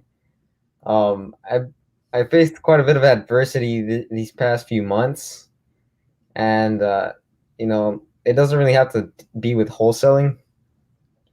So how do you overcome adversity? That's a good one. I mean, depend, like personal, like I've said before, business versus personal is completely different. Me going through a personal issue or personal health thing or something bad happened with me and my family, I will be destroyed. Like I'd be destroyed. I'd be terrible. Something bad happened in my business. It's like, hey, like I'm still breathing. I'm alive. Yeah. I'm a lot more concerned over my personal life than over the business. Mm-hmm. My business can go to zero right now. I can still be happy and find joy and love in everything. If something bad happened to my family, I'd be destroyed. Like I couldn't. Something, God forbid, happened to someone in my family that I loved. It'd be terrible. So I always separate the two. I literally could be like, you could lose arms. You could have not legs. You could be blind. Literally, I have no excuse not to be happy for everything. So when it comes to business adversity, that's when I can talk about personal. I cannot tell you to deal with a personal issue. I've dealt with plenty of them. Terrible, terrible stuff. You just got to get, like, I don't know how to get through that correctly to tell you. Business wise, dude, I'm in the profit for everything. I'm supposed to be a bag boy, man. Like I have such a chip on my shoulder, and I'm so grateful for where I'm at in my life right now. Literally, if I go back to making $100K a year, I'm going to be grateful and happy. I even had the opportunity to. So adversity wise, just think about your why. What pushed me through a lot when I was younger in my teenage years with wholesaling was, hey, I do not want to be a bag boy scooping up poop from the floor. That got me out my butt pretty quick. What? Getting the dividends. Yeah, dude, I'm telling you. Hey, you. So I did not want to work a job, man. I knew exactly what working a job would do. I could not spend the time in life I would want with my family. Watch enough of my stuff. You know, I'm a very big family person. Why would I want to waste 50, 60 hours of my week at a job that I literally hate and I'm miserable, not enjoying it? I'd rather do something to go after my life, literally something that I can live after, strive for, to change my life forever. That's the point of this stuff. Like, we're not doing this for the money. If you did it for a Rolex, you're going to spend the money and then you're not going to be happy with it. You're doing it for the freedom. Yeah. And money buys a lot of freedom. So think about why you're doing it. Do you want to change your life and the way your whole family's life, the trajectory of your life is going to be? That's what it's all about, man. The sacrifice that I took now lets me work 5 hours a week at most in my business. And I can just kind of lay back. We're making millions and I can help people out and I'm living the life. I love what I do every day. And if I was a bag boy, a grocery manager, I would not be enjoying it. Yeah. So I'm living my life to the fullest, and that's kind of the point of living life, right? Like you want to live your life the way on your terms that you want to do it. And if you're not enjoying what you're doing every second of the day, I don't know why anyone would be doing it. So my motivation always is I do not want to have a job. It was the worst experience ever, and I never want to go back to that place. I never want to go back to the place. Everyone laughs at me now because I was 17 of like having $300 in my bank account, not knowing where the next check would be, not knowing if I could pay my gas, anything like that. That's it, man. I mean, the thing that I've been struggling with is just like hopping back on the phone this past week. Like I used to like call 6 hours every day since June 30th to about a week ago when I was hit with a pretty hard curveball. And then I don't know, it just hopping back on the phone seems harder. And yeah, I get it. Ask you that. Don't tell me what it was because this is live in front of tens of thousands of people. But was it a personal or a business thing? It's a personal thing. Okay, don't say anything more, dude. Don't say anything more. All right, I'm keeping your stuff private, man. I've been told, like I pulled up to houses, they told me they're gonna call the cops. I'm just like, okay, whatever. Like, and like people tell me F you, and it's just business. I don't really care about that. But yeah, like the personal stuff, like that's hard, man. The mental stuff. I don't know how to tell you with that one, man. I mean, mental health counseling's always out there. But like, honestly, you laugh at that, man, dude. Most people need to see therapists to help them out with a lot of mental issues. Don't have a stigma on that, man. But the one thing I could tell you right now, the push through passage, just think about what your why is right now. And do you want to do something to work towards having a better life or not? And cold calling most likely will help you strive towards living a better life. Think about your future family's life. Do you want to be the dad who can't go see your kid's baseball game because you're working? Or do you want to spend time with your kids doing that? I would rather spend time with my kids. I mean, right now I'm 19. How much do you value? But dude, how much would you value that as a 40-year-old man? It'd mean the world. It'd mean everything to you. Yeah, it would. That's it, man. Yeah, and I was told to read by my he's kind of like my mentor, but he's my partner. To read what to say when you talk to yourself. And I wanted to ask you if you have like any book recommendation similar to that. Not really a book, dude, because you should not spend the time reading the book, spend the time cold calling. But yeah, I mean, dude, go out there and make some money, man. Like, that's all I can tell you, dude. I listen to a lot of music to get me pumped up, man.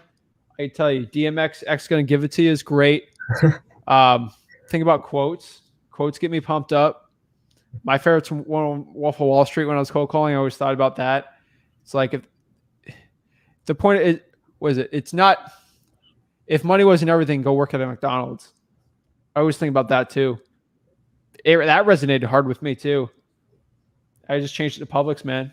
If money isn't everything, be a bag boy. Money's important. Yeah. I'm going to go out there and live my life, man. I'm just going to get it, dude. I had so many wholesalers when I was 17, 18 that told me I wasn't going to amount to anything and I should just quit because they were scared of me. That always resonated with me. A lot of friends told me I couldn't do anything well in this business. I'm wasting my time doing this real estate thing. Yeah. I am stubborn. I want to prove everyone wrong. And hopefully I'm proving them wrong now, but hey, we don't know. I don't care, dude. I literally do not care. Yeah, I mean, go out there, live. I do this for myself, man. So, dude, if this doesn't pump you up, go watch a Gary Vee video or something. Life is too short not to live your dream, man. Yeah, life is too short not to go live your dream. It's just, it was just a really big discouragement, if that's even a word. Like, it wasn't because of business, like I said. It was just like kind of like something told me to grow up, basically. And dude, yeah, I mean, it was that sounds very downplayed. It was bigger than that, but basically fine. the lesson that I learned was just grow up. Alan, how old are you? I'm 19. 19. How many years do you think got left on this earth? Years? I honestly don't know. Let's say you got 80. Let's say you're blessed. You got 80. Mhm. Knowing now you only have 80 years left. That's 4,160 weeks you have left in your life. 4,000. Knowing that, that's not a lot, dude. Yeah, That's it not a doesn't lot. a lot. If Does I had that a make you want to dollar get off for your every butt? week, I'd have $4,000. Bro, does that not make you want to go up your butt right now and just start living your life, living what you want to do? That's it, man. Hmm. Go out there, do it, man. It's not a lot. Life's short, man. Go out there, live your life, dude. Yeah. You don't want to be on your deathbed saying, "What if?" No, I don't. That's why I embarked on this journey. I dropped out of college. I dropped everything. I literally just fell Okay, back dude, on. you don't have to drop out of college to do wholesaling, dude. I I don't. wholesaled full time and did college full time too. So don't make an excuse as wholesaling was the reason you did it. You can always go back to school, man. You just won't have any time. I did 12 hours a day for wholesaling, and then I added 3 hours a day. I ate for an hour, went to bed for 8 hours, and got up for the next day. That's what I did for 2 years straight. So, dude, I'm telling you right now, don't care about the judgment of others. It's about how you want to live your life. You're 19, dude. You can mess up for the next 5 years of your life, and you still young enough to start from nothing. Yeah, I That's could. it, man. I don't know what else I can tell you, dude. Yeah, I mean, I You got really 4,000 appreciate it. weeks, man. What are you gonna do with it? What was that? You got 4,000 weeks, man. What are you gonna do with it? What do I plan to do with it? Get a job, make 80K a year, be 60, No, get a job, make 60K a year. retire. No, I'm kidding. Seriously, dude. Yeah, What you want to get out of your life, man? just travel and change the world. That's what my main goals are.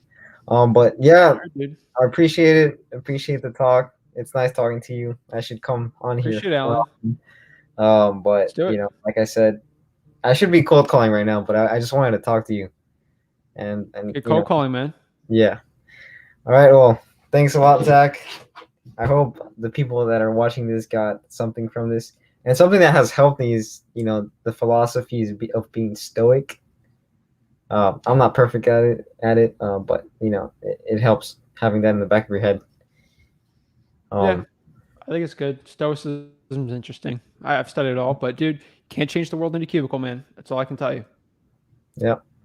All right. Well, I appreciate it, Zach, and I hope Appreciate it, Alan. talk more in the future. All right. Thanks, man. Appreciate it. Take care.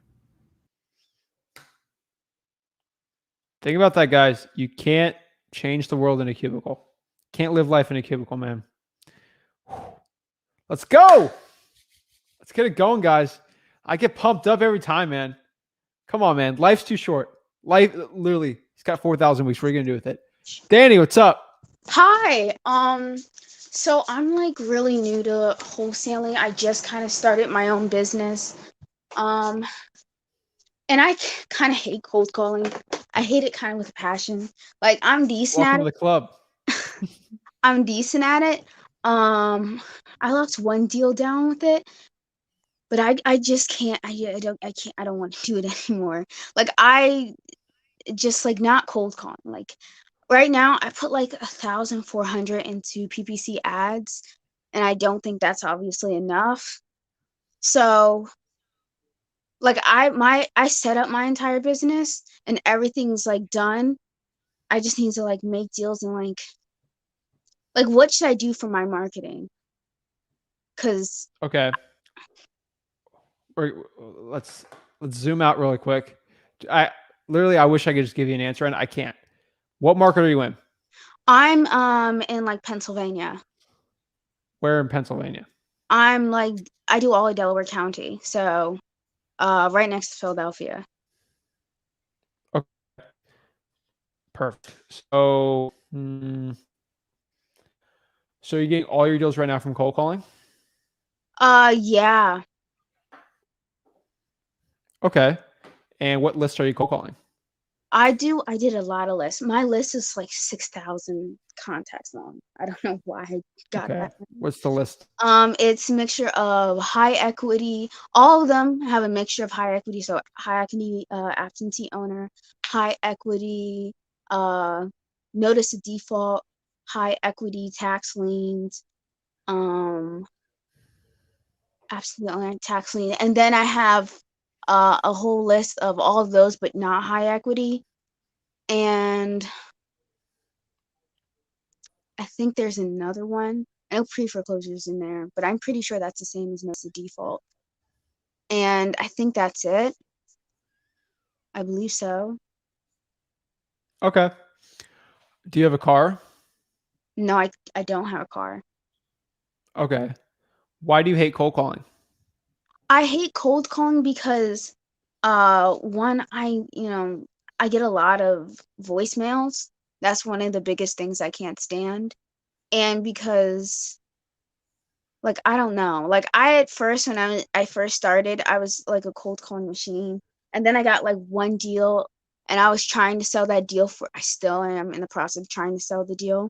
I finally am trying to go back to cold calling because it took me 3 weeks and stuff. And I went on a huge long thing where I didn't do cold calling and now I'm coming back and now I'm like struggling. So like I don't know. But like definitely hitting voicemails is probably the biggest thing that drives me kind of insane. I do use a 3-line dialer, but I still get nothing but voicemails for most part. Okay. Do you hate when you get a voicemail or you get a voicemail called to you? Like when I call a phone number and like it's because it just feels sad. Like the one of the biggest things why a lot of us do what we do is because we're tired of the routine, the same thing every single day. Like that's all that voicemails remind me of because every single time I call anyone, like 70% of the time I'm hitting a voicemail. And it's just like Yeah. it makes the days feel like a routine and not like anything like different. Okay. I mean, how many hours a day are you cold calling? I was cold calling from 12 o'clock to 6 o'clock, so 6 hours a day. Do 2 to 7. You'll get less voicemails. I would cold call different lists. So if you do a bigger list, you can get a lot more voicemails. I would do water shutoffs, code violations, probates, pre-probates, niche lists. You'll get a lot less voicemails. Yeah. And My that's less biggest cold thing calling about because probates is I've never done a probate deal. And I actually tried to reach out to a few people to JV, but everyone got flaky. So okay. When I was 17, I never did a probate deal either. mhm. And I did one. And then I did 2, 3, 4, 5, 6, 7, 10, 20, 30, 40. So you got to start somewhere, right? So how many deals have you done? I'm actually really new. I've done one deal. Um Okay. How and much? it was 4,000. Perfect. It was a Yeah. So, pre-foreclosure. I mean, cold calling is working. You don't probably have a ton of money. You don't even have a car. So it'd be hard to do driving for dollars. Yeah. I would probably stick to cold calling more niche lists. That's the only thing I can tell you right now. Scale Yeah. it up till you got money for a car and then start going on appointments and then start doing I don't reverse have driving a for car. dollars. It's not that I don't have a car because I can't afford a car. I don't have a car because I live in the Okay. city. And that's a pain. Oh, got it. Yeah. Okay. All right. I would say try. Out. Because That's a direct tough one. sucks the life out of your bank account. And as Well, far it as doesn't suck the life out of my bank account. well, you I'll spend got 10 grand in direct mail and get 100K back. It puts money in my bank account. yeah. That's how marketing works. Yeah. But as my business only has like 3,000, so I don't know if that's the best way to go about it. Yeah. So you just got to think about the way you look at marketing again. It's not an expense, it's an investment. Yeah. But what I would look at, I would probably try to get into JVing then if you want. If you hate cold calling so much, try to be a JVing person. Spend time building a cash buyers list and then finding wholesalers that need their deals done. Mm-hmm. And then maybe do some of that. And then you have some money where you can actually start doing some stuff. I mean, my personal recommendation though, like if you hate cold calling that much, just do texting. If you literally just hate it so much, do texting. Yeah, but like, isn't when you do texting, like you get a lot less yeses because it's not as Of course. direct. Oh, okay. You can't have the best of both worlds, Yeah. right? Like, Mhm. if you hate cold calling so much, do texting. And then you're gonna say, well, I wanna get more deals and more leads. Well, do cold calling. Well, you hate cold calling, so Yeah, I see. I It just goes back and forth. it's a back and forth. I like cold calling goes the fastest way for me to get a deal. Mm-hmm. Still is. So if I And I still do texting. okay. Yeah, because I watch a lot of your videos. I've watched your videos for a long time. I've Perfect. been like learning how to wholesale since I was 17. I'm 18 now. I started my own business and did all of that. And I paid for everything. I was like a crazy person trying to because I put a lot of money already into this business. A lot of money for someone like me. Put like almost $8,000 into this that I saved up from Jeez. working as a waitress and all that stuff. And I like don't have too much to show for it now, but like I'm trying to make this like I loved real estate, and when I was doing my one deal, I was like, "Oh my God, I love doing this."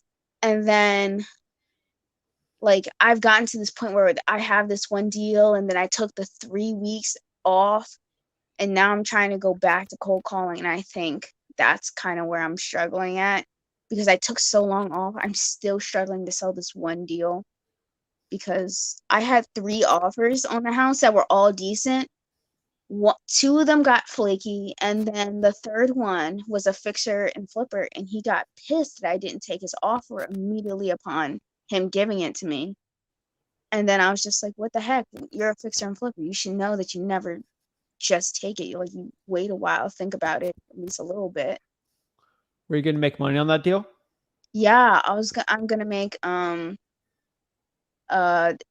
only asking for 38,000. And so there I would only make 4,000, but I think that's better than making nothing. So How much were you gonna make with that guy or gal? that guy I was gonna make 6,000. Oh, you should have taken it, but hey, no big deal. Big lesson to learn is, bulls make money, bears make money, pigs get slaughtered. Mm-hmm. If you become greedy in this business, you'll get slaughtered. Yeah. That's the number one thing you got to learn. Greed, you will get killed on this. You got to put some meat in the bone. So the one thing I can tell you right now. Oh, I'm sorry. Yeah. I was going to say the last day for offers was literally the next day. And I actually called him the next day at like 9 a.m. And I had to go through a long thing because when he gave me his number, he changed it was supposed to be an 8 and he put a 0. And I skip traced every single person with his first name and last name. And I found like 3 I found like 15. I called them all. And I didn't get in contact with him until like 5 o'clock, and then he was pissed. So I don't know. I mean, all I can tell you, I'd be going on Facebook and pulling all the cash buyers in that area through Facebook. Would really easy to do, and then sell that deal, and just keep cold calling or doing the SMS. It's really up to you.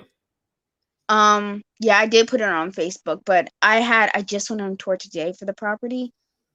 And he said he'd get back to me, but I've given like 5 different tours. I've had like 15 people come, and I had 3 good offers, but everybody else was like really low. So I know I heard from you at least that if your cash buyers keep giving you low offers, that you should let it go. But every single time I had like 5 people give me like a 20,000 or a 17,000, I'd have that one person give me a 40,000. But then once again, those people were both flaky. So I don't know. And the guy, I really feel bad for him because he's right about to go into freaking foreclosure. It's like right. Keep trying it. That's it. Like, try an open house. I don't know what to tell you. I mean, you had the opportunity with that person, so you just got to keep.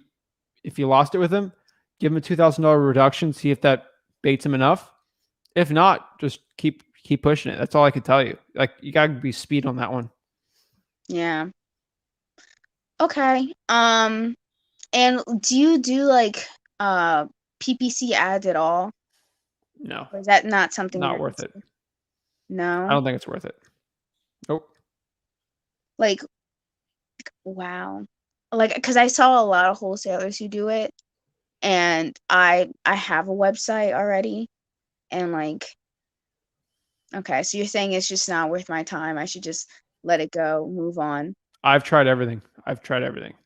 If it doesn't work for me, it doesn't work. Facebook ads don't work for me.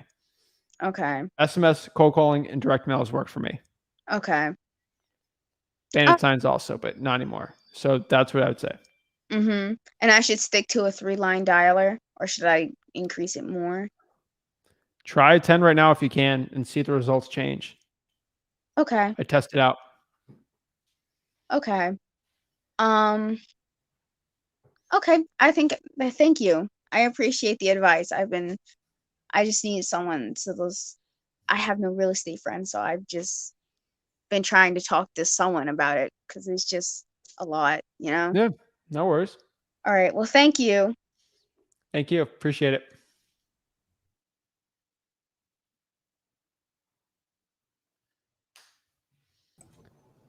Steven, what's up? Dan, what's up, boss? How you doing? Doing great, man. How are you? I'm good. Thank you, man. First of all, pleasure, bro. I've been watching your channel now for about 2 months. I learned pretty much everything I know about wholesaling from you guys, from you and your pops. Y'all are doing great for the community, man. I appreciate y'all. I just want to start off with that. Thank you. Second thing. All right, so I'm gonna jump straight to it, man. So tax liens and tax delinquencies. I want to know what's the difference, because I have PropStream, and I see those two on there on the filter, but I just don't understand the difference between the two. It's the name, man. Someone's behind their taxes versus someone who has a lien on the property. You can be delinquent on taxes and still not have a lien. Oh, okay. Bet. All right. And second thing, because I live in Tampa, Florida. That's my market.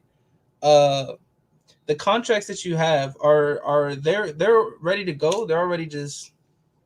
I use it in Port St. Lucie, so I don't see an issue. You're in Tampa, same state. Nice. All right, bet. And for your true, do you use True People Search to skip trace? Dude, it works so well. All right, bet. All right, man. That's it for me, bro. I wanted to keep it short and sweet. Like, I really wanted to make sure and get these questions asked with an expert. You're obviously an expert, so yeah, man. I appreciate you, bro. Thank you, man. Literally, I use True People Search starting out. It works. Still does. I still use it today. If I drive by a house that's really beat up, I'll still do it. Works well. Question: have you ever wholesaled in Tampa? Hillsborough, yes. Tampa, no. The city. I've done in the county, but no. Okay. I mean, Hillsborough County, that's pretty much Tampa, bro, to be honest with you. It's big as hell.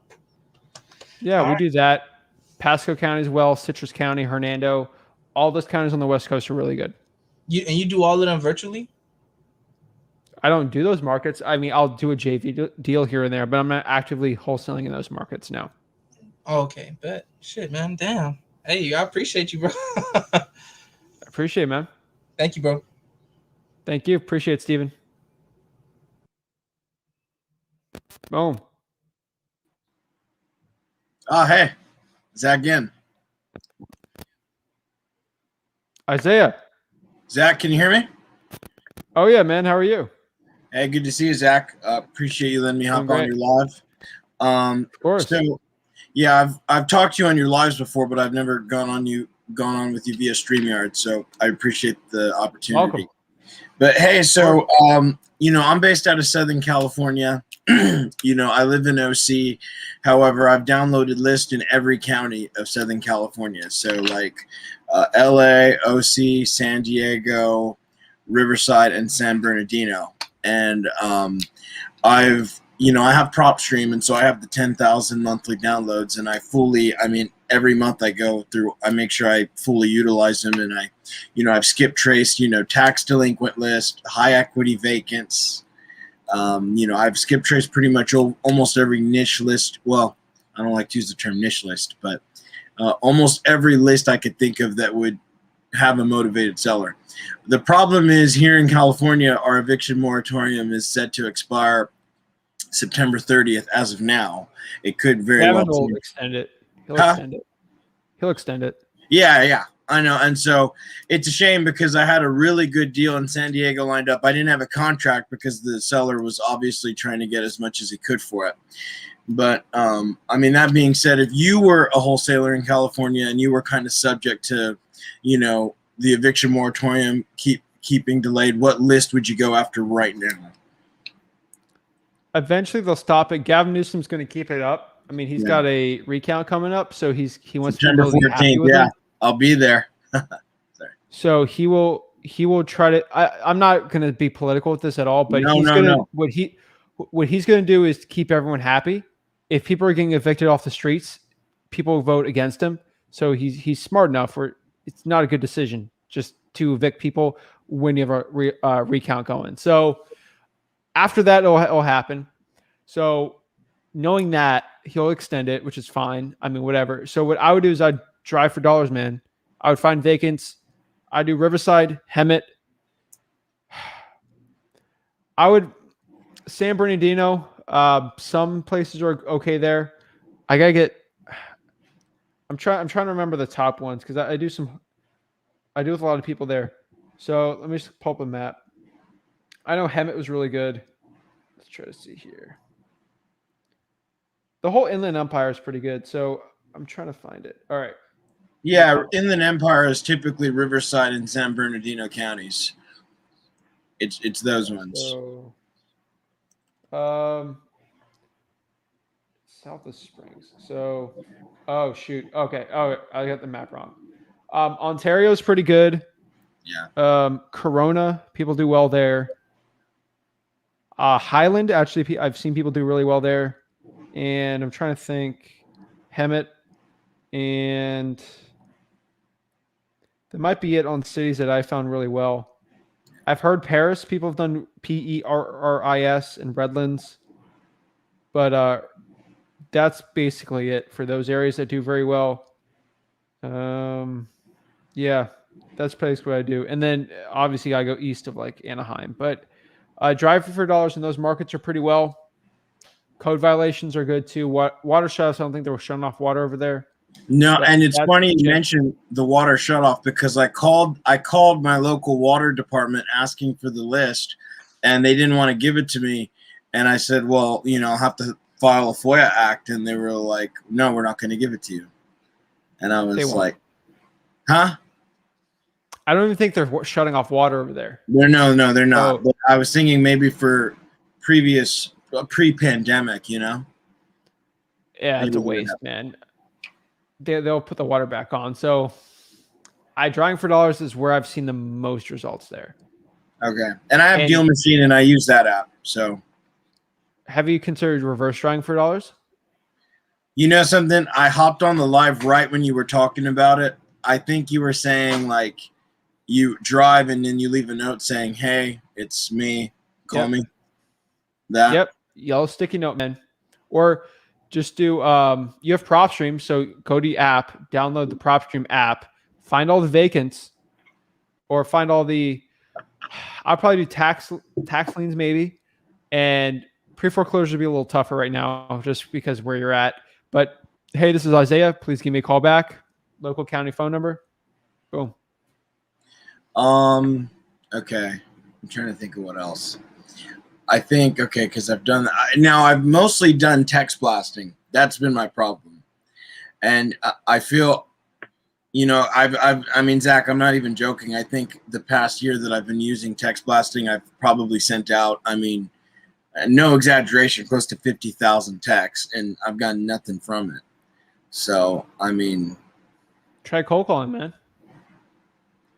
Yeah, on call tools. I mean, call tools. It's like the 10. Mojo.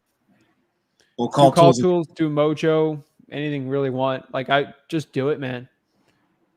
That's it. Like I literally test everything out and see what works, see what sticks, see what doesn't. Your market's gonna be completely different than mine. I always tell people study who's doing well in your market right now and see exactly what they're doing. Yeah, everybody preaches cold calling. I mean, I know I don't like it much, but I mean, if it's to get a deal, I guess I'll have to do it. I guess one last thing. Have you ever bought list from like other people at all? Like, have you ever bought them like on, third-party sites or through Facebook groups or anything? No, I've bought probate lists from the county because they'd make me buy them. Yeah. That's it. If you don't mind me asking, how much were they when you bought those lists?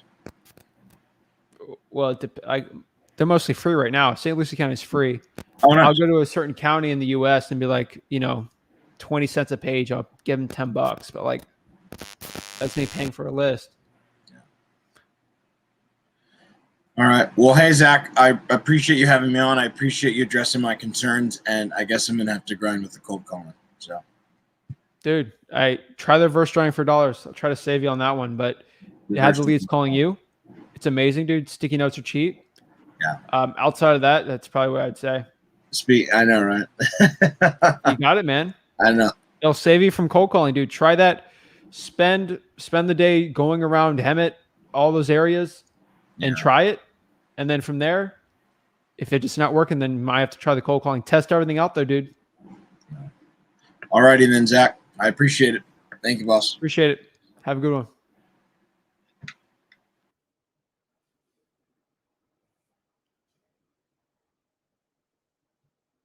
Second Steven of the day. What is up? What's up, man? I'm up to the plate. All right. So, Zach, I'm experienced. Bro, where are you at? I'm in Bradenton. Is it too loud? No, dude. It looks nice. Yeah, dude. It's a nice boat behind you. Yeah, I'm out here. I got an asset out here that we're in the process of renovating to bring to market. But so yeah, I mean, I've got 10 years in the business. Note buyer, non-performing notes, tax deeds. I've done it all in a number of deals. So long story short, I'm tired of this side of the business, and I'm getting into this side of I'm getting into the wholesale side of the business as well, as I'm scaling my business away from really touching the asset versus more on the service side of doing things. And this is kind of how I see it as wholesaling. So for me, I come from stupid enough sales of background, so not afraid of calling. I think one helpful hint would be to those guys that are afraid, call back again. They don't answer, call back again. It'll just increase your chance of them answering the second time.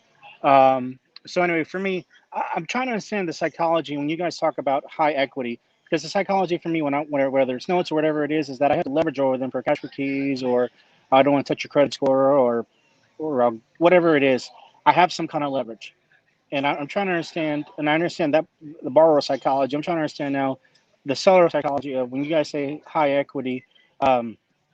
Is that really pertaining to if they're in a distressed situation, or in terms of of a tax lien or a foreclosure, or does it still pertain to sorry, I got a plane. You're fine. I can hear you, man. Oh, okay. Or does it pertain, or how does it pertain to, let's say, the guy that's got a house? I don't know. It's it's 150. Let's say needs updated. I don't know, 30 grand, and it's an ARV of like 220, and they may owe about 80 grand per se. Like, I'm just trying to understand what is the psychology for them. Should I be focusing on the stress part of this business, or do you think even if they're not distressed, there's still potential there? I've been really trying to wrap my brain. I've been watching so many YouTube videos, trying to really understand what is the psychology of the equity side. What does that really boil down to that's going to make them say, yes, this makes sense? I know it's a number of people you got to call on. 100% I get that, but I'm just trying to understand is what's going to make them say yes, I guess. Yeah, man. It's all about disqualifying, dude. Some way I could explain it. So I only want to deal with 0.5% of sellers. Those are the only people I want to even have a conversation with. So if I talk to you and I say, Steven, you want to sell your house? And you say, yes, but I want all this, like I want too much money for it. I'm like, perfect. Here's a realtor. Go list it. Okay. I want to deal with people that want to only deal with cash, just like a pawn shop. Just a quick cash sale? Is that something you're open to? Let's talk. There's a multitude of reasons. Most of the time, the property is super distressed that the hassle of that with a realtor is too much for them. They don't want to deal with it. Maybe they're embarrassed to put a property like that on the market. There's a plethora of reasons. Okay, But that's making more sense to me now. so what I recommend is I can give you like examples I make up in my head or of deals that I've already done. But what I want to do is go to YouTube and look at my vlogs, and I actually just break down deals I've done and actually seller conversations. Say, here's what the property looks like, so you can get in your head how bad it was. I'll give you one really quick. So I did one in Port St. Lucie, Florida. This is because I have like 5 vlogs that are set to be posted, but here's one that I did that got posted. It was a lady, and the person unfortunately passed away.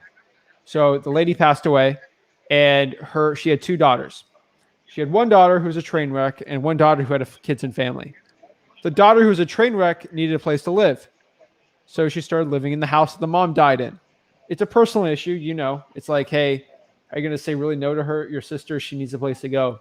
She goes in with her bad boy boyfriend, and they trash the house, partying it, smoke meth, Florida stuff. And that's so funny. Florida stuff. This is a probate or not yet? This is a probate. The mom died, and you know how humans are. She got greedy. She wanted to live in a free house. She didn't take care of the house because she didn't pay any money in it. And remember, with people, it's very emotional. There's the whole story. I look at things with no emotion, but I got to give you the emotional side of it. Sure. So when you don't pay money into something, you're not going to take care of it. So that's what she did. And then at the end of the day, the will came out.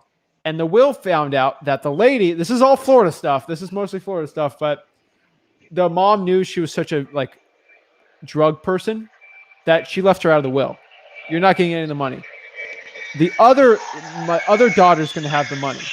She'll take care of it. She won't spend it on meth, Guess what happens? The property's free and clear. Guess what happens? Her and her boyfriend take a sledgehammer and do 50 holes inside the whole house. Wow. Holes everywhere. Everything needs new drywall. Smash everything. They, it's disgusting. There's beer cans everywhere. And then they leave because they found that they get no money. And you got this one lady who's like, I don't want to deal with this house. This is I'm so over this. I just want to get rid of this thing. This is so much of a mess. I don't even want to list this to a realtor. I don't want to deal with the house. Just get me out of this thing. They get a postcard from me. Hey, what if I gave you, I know the ARV is like this, but this house is a mess. What if I gave you 150 for it? Fine. 150, get out of my hair. I find a cash buyer for 170. I literally, in the video, here's a check for 20,000. Here's the house. Made 20,000. It's a win-win-win. That's it. That's an extreme example, but why would someone want to sell a house? They just don't want to deal with it. Obviously, she gone with a realtor, did the whole thing. That house would have got destroyed. It would not pass inspection. She would have to sell it for cash to an investor. She'd rather just not pay the commissions and deal with someone like me. And that's it. So why do people sell their car used, man? You're right. Just look at it more just like a pawn shop. Hey, I got a cash offer now. I think that's really what I needed to understand. Is that aspect of it? It's just that's it. Just give me a cash offer. That's okay, it. Let me think if I can think of something else. I'll have you on here. That answers that. And I guess what market are you in? Well, man, I've had houses all through Florida. So I've gone down as Vero Beach up to Gainesville. So right now, I've got a lot of my hand reaches pretty far across this market. So I've got people with the infrastructure together they're going to be working with me. So for me, all along the line of 75 and up and down 75 and across I-4 to me because I've gotten opportunities to. I've been in parts of like Brooksville. I blew that area up. Us buying 4 or 5 homes in a small neighborhood. Before we knew it, all the prices started going up because we started coming in there, rehabbing them, and putting in and getting the market up there. So I got a pretty good niche of what's around me. So for me, it's hard to say what market I'm in. I'm really I just know the markets because I've been all around the state so much that I know what's around me, and I'm starting to put people in place for there. But you can basically say 75 and to Sarasota and freaking I-4 to Daytona, Tampa to Daytona. All right, it's be expensive marketing, man, but you can do it. I'd always recommend sticking to a market, getting Dude, good at that for PropStream, wholesaling. listen, when I look at it, I'm gun ho, man. I've sold timeshare for maybe it's about 5 years, 5.5 years, 6 years. For me, like it's very easy for me to talk to people. I've been on the phones. I'm not afraid to jump in my car and drive an hour, 2 hours down because that's what I've been doing. I've been on this year alone. I've spent 85 nights on the road already, between up and down. So I'm crazy that way. It's in me. But what I did want to All ask right. you about was the probate. So you suggest me reaching out to so watching it and seeing that that once they're able to get the guardian of the estate, is there a certain point you think suggesting reaching out to them? Do you think before, or do you think after, or when do you think is a good time to really plant the Pre-probate. seed in their head? Okay, so before. Got it. Right when mom dies, or right when grandma. I hate to say it so bluntly, but Sure. dude, if not you, then who? I The got guy it. who gets the seller fastest. That's it, That's the man. truth. You want to be the Zach, first contact, dude, or someone else is going to 100%. swoop in there and get the deal. So That's it, my man. I appreciate your time. I'll let you continue on, and I'm gonna be watching probably every single one of your videos and just taking it all in. And thank you. let's do it, man. Appreciate it, Steven. Enjoy the view. 100%. Sir, thank you. All right, see you, man. I want to be by the water, man. Jeez, when I go by my house, I'll be by the river, so I'll be happy. I'm in a studio with no river near me. I want to go fishing. Drive me crazy. I got to help the people out, though. Safe? Yeah, bro, what's up? Hey, man, how are you? Good. Sorry that I'm back. Quick question before I go. Yeah, what's up? Yeah, bro. So, I may have a deal on my hands. It's in a really small town, north from my target market, Charlotte. Population about 30K. Small population. So it's a fire damaged house. So like the part of the roof fell in completely. It was burned. It's sitting on some land as well. It's in a pretty rural area. I just looked it up on Zillow. I know for a fact there are investors flipping near that area, but is there should I pursue this deal? Sure, if there's money to be made, dude, then do it. Got you. And so the comps that I'm looking at have like sheds and garages, but this one doesn't.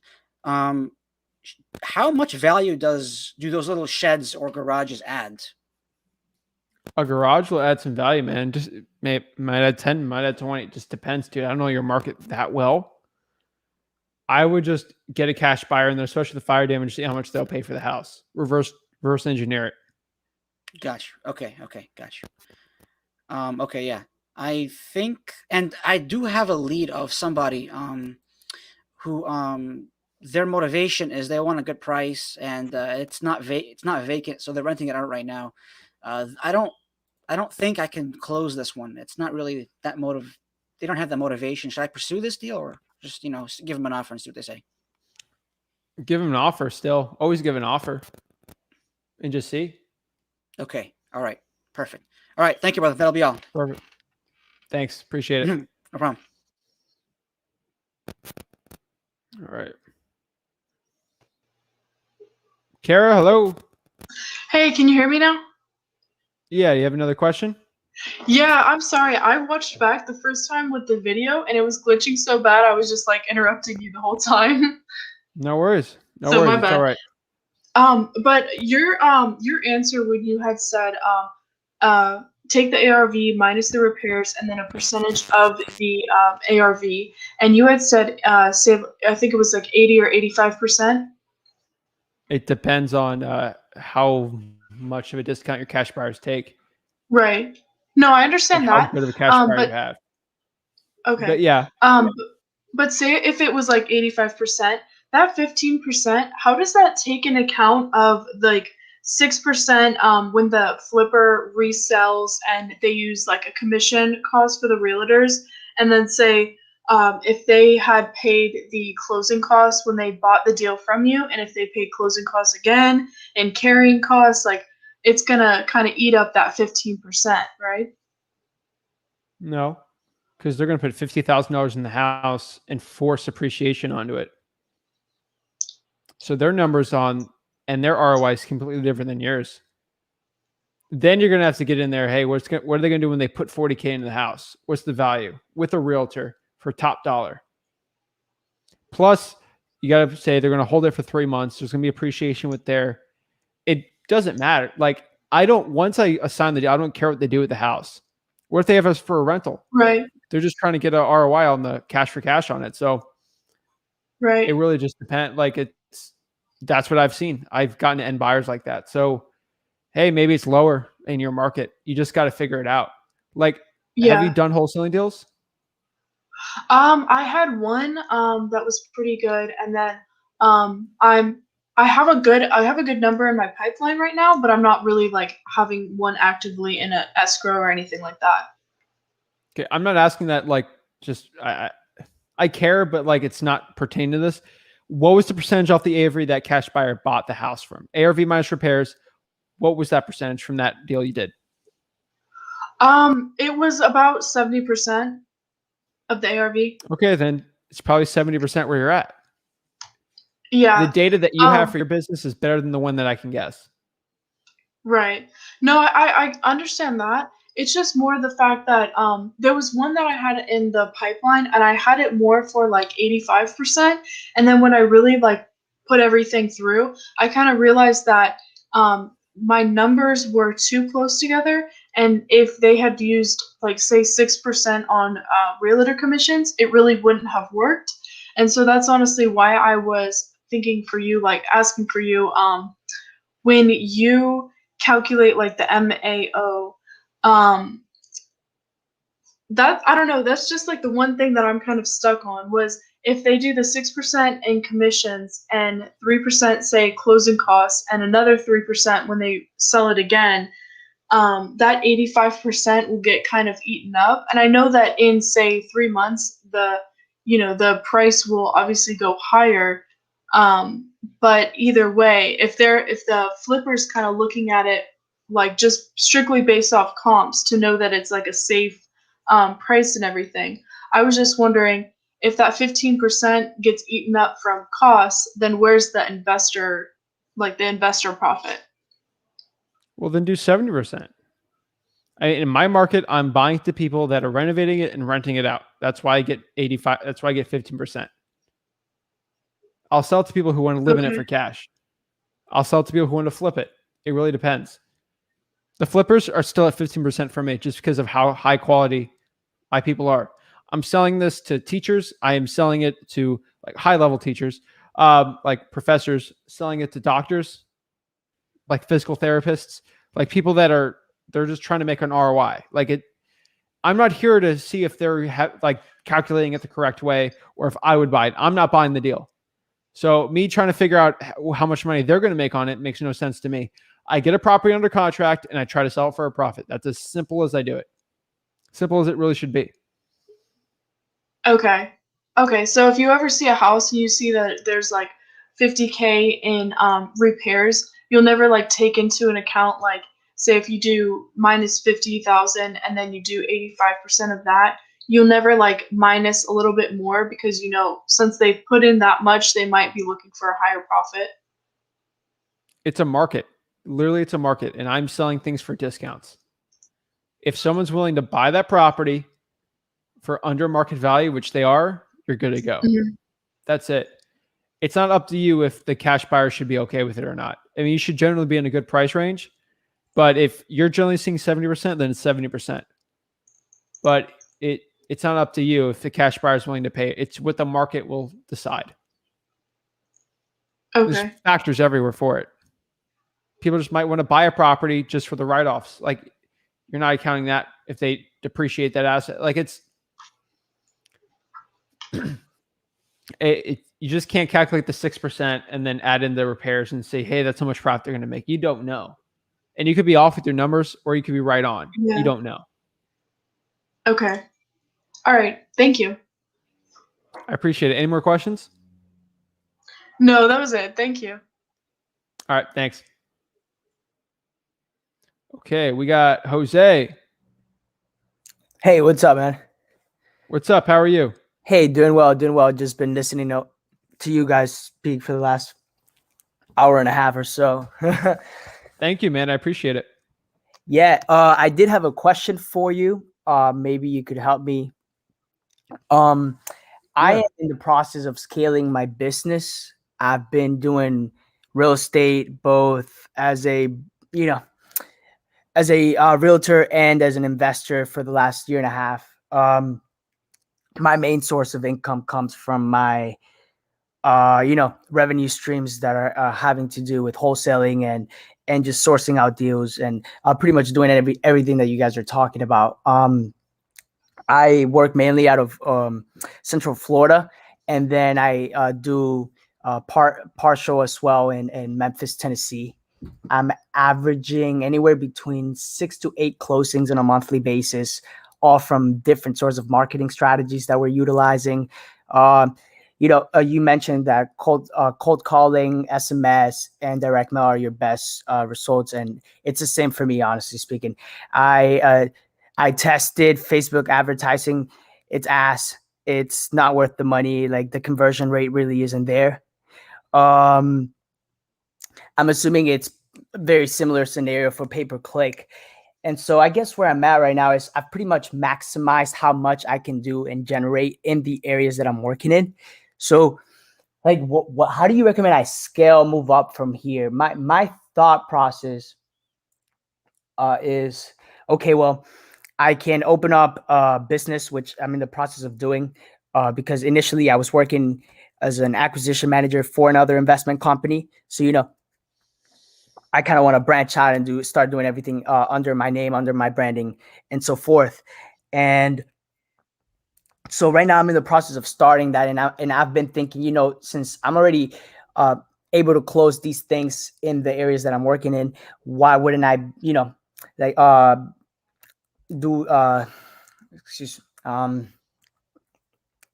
partner up with other investors in different areas and learn their markets and how I can better assist them in those areas as well. Because I've pretty much realized that, like,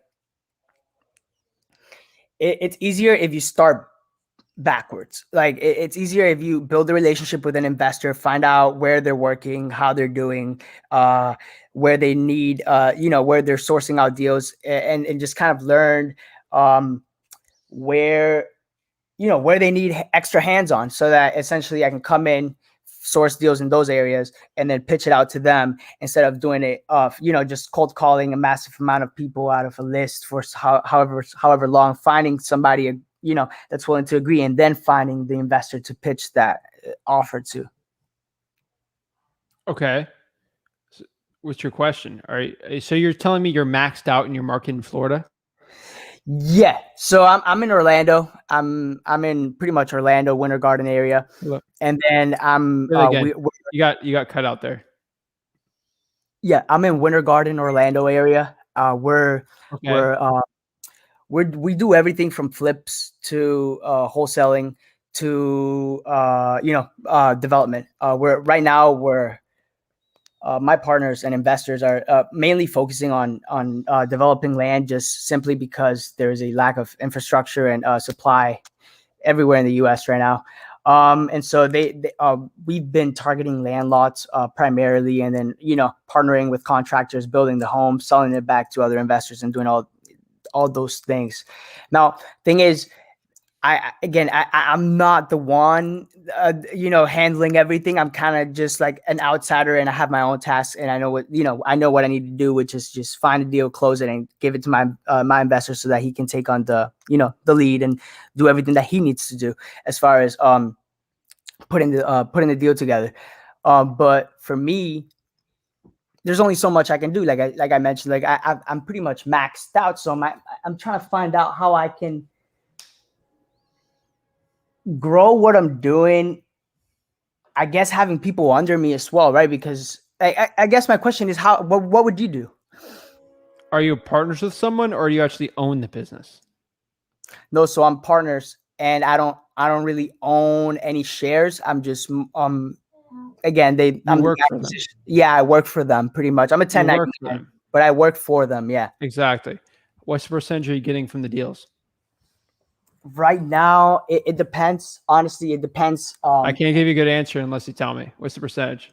No worries. So it really depends on the specific of the deal. So like if it's a land lot, I'm closing anywhere between 4 to 5 lots. Right now, I get paid $500 per lot. We're buying lots for like $15,000. You know what I'm saying? Okay. What about a wholesale deal? If it's a wholesale deal, I typically get anywhere between 1 to 2% of the sales price, and that's just because they're taking care of the marketing and doing everything. All I'm doing is getting on the phone and closing the deals and getting people interested in selling their home for lower value. So you're getting roughly $2 to $4 grand for a wholesale deal? Pretty much so. I'm having to close, honestly. So right now I am making good money, honestly speaking. I make approximately 6 figures a year. I make a little bit over $100,000 a year, but okay. But you're it's not maxed out then. I'm not. I will agree I'm not. Bro, But that's 3 deals by yourself. what do you mean? 4 deals. Well, I mean, no. you're not maxed out at what you're doing. Well, I feel like maybe the structure, my pay structure was making me think that I have maxed out, because I'm having to do. Look, let me look at my 1, 2, 3. That's the point of an employee, man. So I'm closing anywhere between 6 to 8 deals in a monthly basis, and I don't make any more than $10,000. Yeah, because you work for someone. Exactly. Your market value is determined by your boss. I don't care how you say it. Your boss determines your market value. Okay. When you own a business, you let the market determine how much you're worth. So if you want more money, either you ask for a raise or you go out by yourself and take all the risk.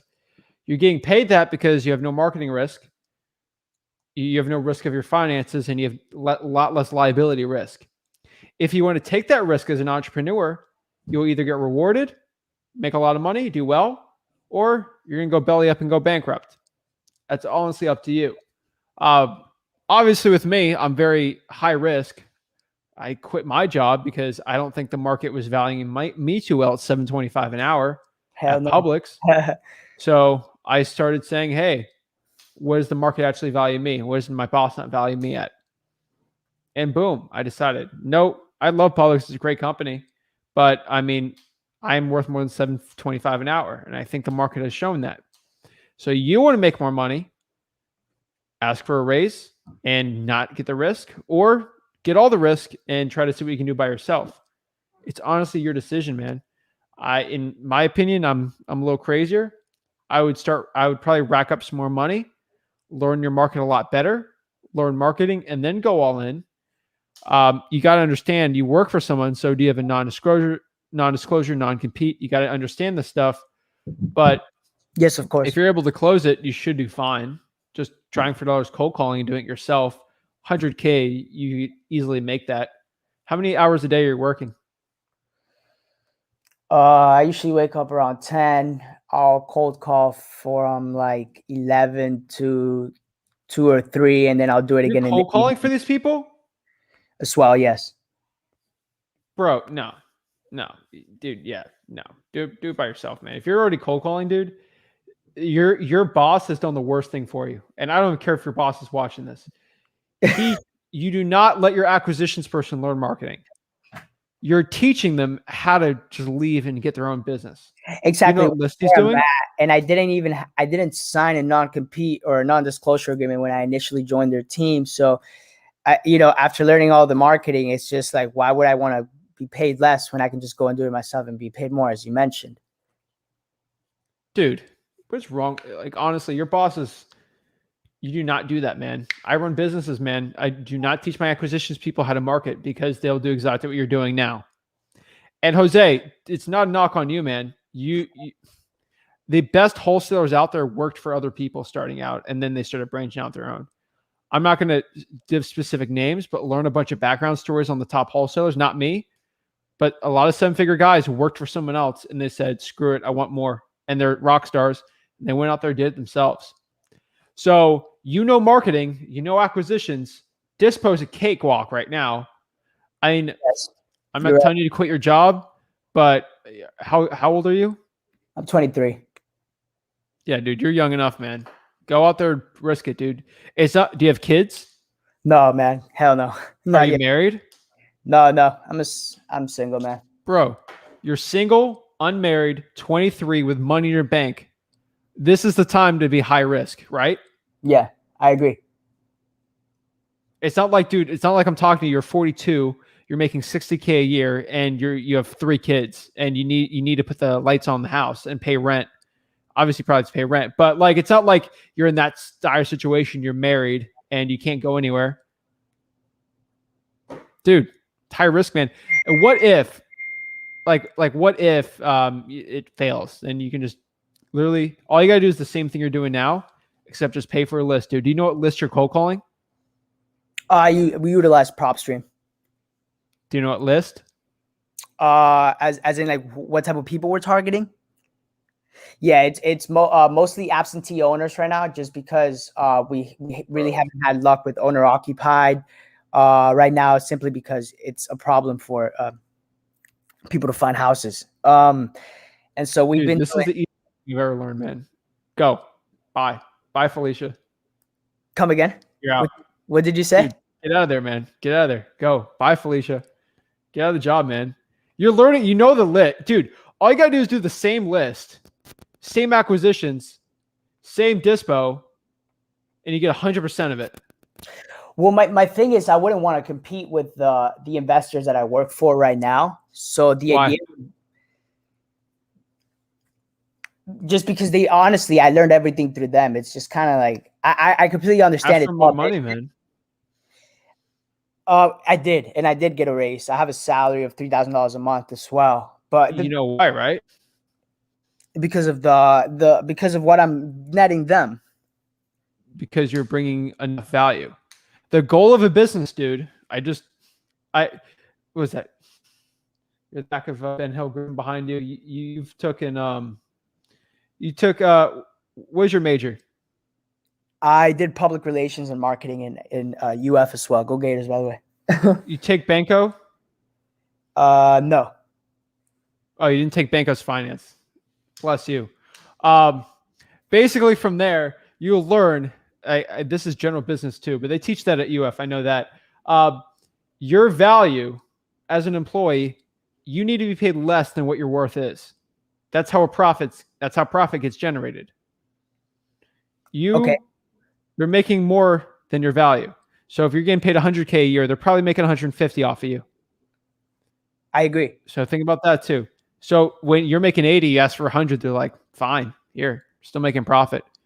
So of course they're going to do it, but you don't have to compete with them. You don't have to, but like, I think your average deal is 20K. I mean, you're doing 6 to 8 deals, dude. What if, let me ask you, so my thought right now is, what if I opened up my own business, right? And then launched it and then built a team of sales rep under me. And essentially I would still take on the business that I'm doing with my investors, but the idea would be to get somebody to replicate what I'm doing with other investors. And then, as you mentioned, like take the profit from the people working under me to fund the business and pay myself, an extra bit as well. Wait, someone will fund you? Wait, what? You want someone to fund you? Say that again. You cut out. No, so my thought process is, what if I funded and launched the business and got as like sales representatives working under me, as doing the acquisition, so that essentially I could replicate what I'm doing, but with other investors in different areas of Florida. Oh. Yeah. You do that, man. Why would you stop doing something that's so well for you? I would be in that market. I hear you. How many partners are in that business? How many? Come again? How many partners? How many partners are in the business you're working for right now? I would say no more than 3, honestly speaking. It's a very small business. It's very family owned. And so like one of the biggest problems I've had with myself is just scaling, because they're so used. Like I have to be pretty much on their ass about things. And it's kind of weird when I'm like a 23-year-old, 40-year-old, what to do, It's like, I'm 21. I got plenty of employees that are 40, 50. I don't Yeah. care. I hear you. Age doesn't matter, man. I'm going to be completely honest with you, man. This YouTube channel is pretty big. Your name's on here. Your boss might even see this. So just think about that for a second. I think the word's already out, man. I'd be, if I were you, I'd be out of there. That's my opinion. That's it, dude. You might be asked for a partnership. They're going to say no to it. That's kind of how naturally acquisitions people works. When they do so well, they usually go on their own. That's it.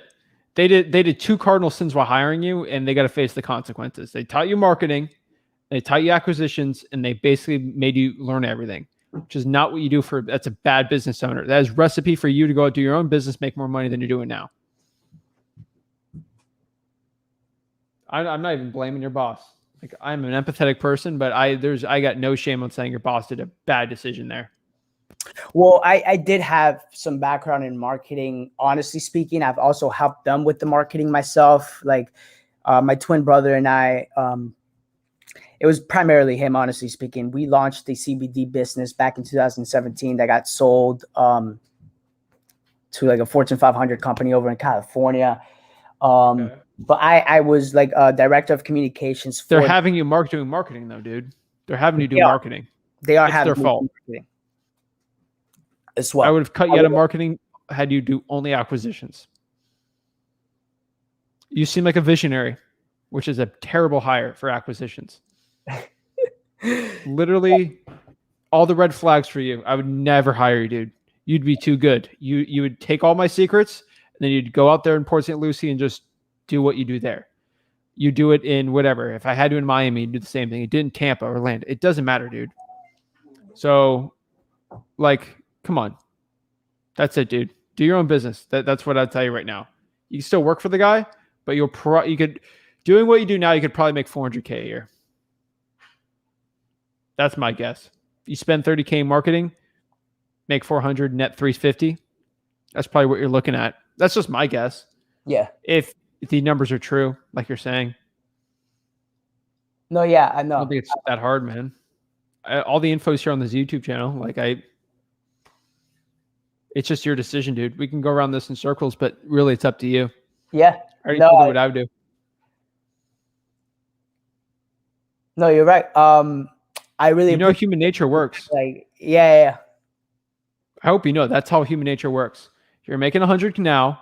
You're not going to be satisfied because you don't want to make the same. You're always going to want 110. Then you're going to go to 150. Then it's going to be 300. Your guy's not going to give you 300. Then you're going to be upset, and then you're going to finally leave. You're just constantly going to want more. So it seems like that's the type of person you are because you're hungry. Yeah. And you're young. So the writing's on the wall. Are you just going to leave now or at 100, or are you going to leave when you're at 250 maxed out and then you want 500? You're going to be at that point. So it's ultimately up to you. Okay. No, Zach, I really appreciate this, bro. You're getting my brain going. So I'm just going to, think about everything that we just spoke on and just kind of try to figure out what's the best thing to do moving forward. And then hopefully, that's it, man. If I ever do find some deals in Port St. Lucie, now I know that you're there. So I'll pitch them over to you. I've been here for 4 years, man. Yes, sir. Okay. Well, thank you so much, man. I really appreciate it. I'm going to go. All right, dude. Keep it up, man. Thanks, Jose. Take care, brother. Dang. That was cool. All right. So I can't get to all the questions because the comments shut off after I think an hour. So I can go through ones up to an hour ago. So Zach, I'm 17, who's been doing wholesaling in Texas for a month. Soon I'd like to branch off and start doing myself. We suggest I find a partner. I would go by myself. That's my recommendation. I think we answered this one. Pull fresh lists at least every month. Thank you. High equity is really good. So the question here is, what's a good list to pull from PropStream? I think high equity is really good. Tax delinquency and pre-foreclosures. Got some networking going on. Awesome, awesome, awesome. Let's see here. I'm in North Carolina. Everyone's giving their emails. I appreciate it. If you're in North Carolina, hit up my boy Dante. Tell you guys, network in the comments. Please network in the comments, people. I cannot say it enough. Networking in the comments it's huge. This comment section is a plethora of people trying to become better people every single day, even outside of wholesaling. So I would recommend that. I'm so pumped up after today's live. That's why it's like a 3-hour live. Jesus. So you guys got me pumped up. I said in my Wholesaling Houses for Real Facebook group. I said it today. I don't care if it takes me 5 hours, 7 hours. I'm getting through every single person that needed a one-on-one call today because they needed it. I said I'll get through every single one, and I did. I'm a man of my word. All right, let's see.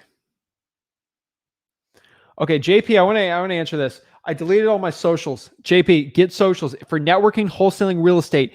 Facebook is a great way for building cash buyers. You don't have to have a personal like social for the whole social. Like it sucks all your time out doing the personal stuff. Make it for your business and stick to an hour a day on it. I'm telling you, it'll do great. Let's see here. Got some more networking going on. Awesome, awesome, awesome. See, people are networking on here. These are people doing well. Let's see. Alvaro says, so you're no longer text. We're still texting. Don't worry. Let's see here.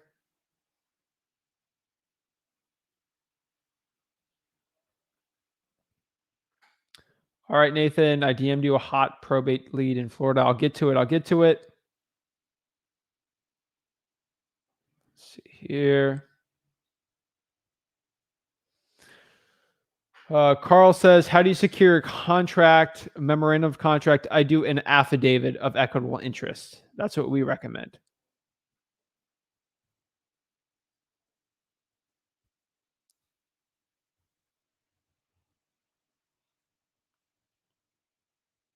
Scott says here, hey, bro, I have a property under contract in Statesville, North Carolina, population 26,000. It's fire damage property sitting on 1 to 2 acres of land. Do I have hope? Of course you do. Go find a cash buyer for that piece of land and get cold calling. Go to listrei.com and start trying to find someone. Let's see here.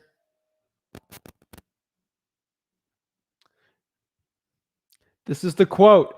If money isn't everything, go work at McDonald's. That is 100% the truth. I'm telling you. If that doesn't get you pumped up right now, I don't know what else does. Like, seriously. That pumps me up so much knowing. Ugh.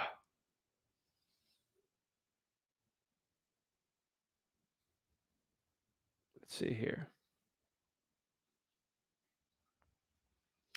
Great question here is, are you leaving voicemails with your email address and business number? Great question here. I leave voicemails. I keep it very vague on purpose because I want everyone to go talk to me. So am I leaving voicemails? Of course. My recommendation is say, hey, this is Zach. Please give me a call back whenever you can. That's what I do. And generally, that's kind of what I get the best results on.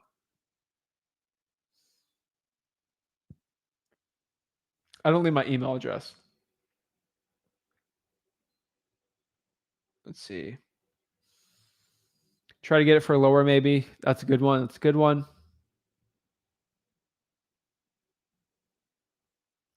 What do you think about Nashville? Sorry, I was late. Also, I'm moving there as well from California, so kind of big. Nashville's good.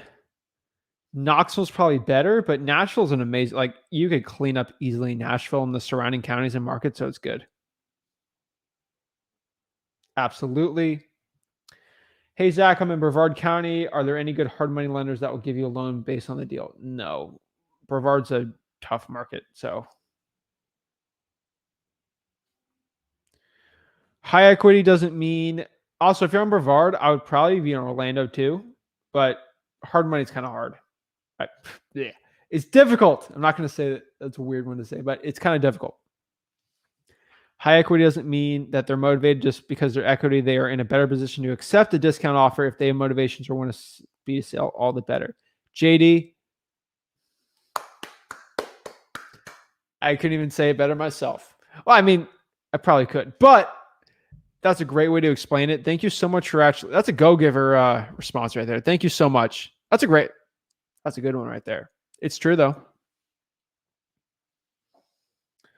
All right. They're giving phone numbers out. Networking. As a wholesaler, you get a contract for a certain amount of money. You get a contract for a certain amount of money. You reassign the contract to an investor for more money, you get your money. And that's it. Who cares about what happens after? Exactly. Yes.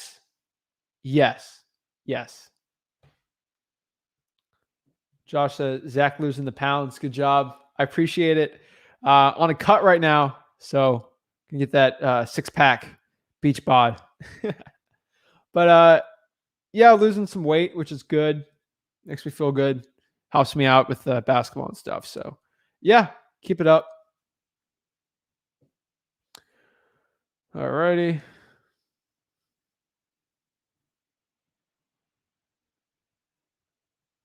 Let's see here.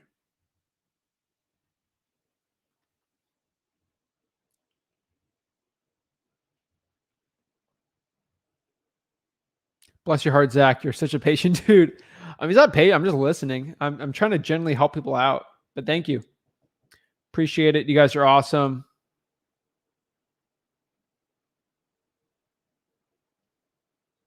Bye, Felicia. I don't even know what I've heard that before. Let's see where that's from. I know the meme. Oh yeah, yeah. That's from Friday. Oh my gosh. I would have dipped. Oh my gosh. Wow. Also true. Also, guys, if you commented the first hour, I'm sorry you got cut off here because we did a very long live today. So I'm really sorry if you gave a comment. Thank you so much, or a question. I'll get to it, I promise, by Thursday because we're doing some Q&As on there. But thank you guys so much if you comment the first hour. Do you do more virtual or wholesaling physical? I do more physical wholesaling deals. Send a request. We'll get you in there. Florida is title company.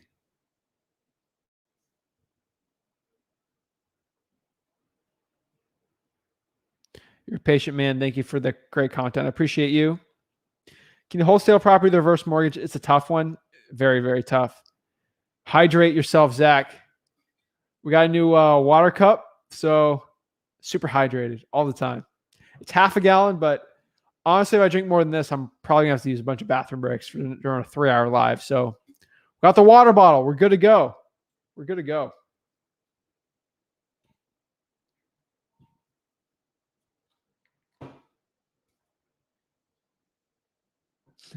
Appreciate it. Last person. Looks like we got someone on here. Hello.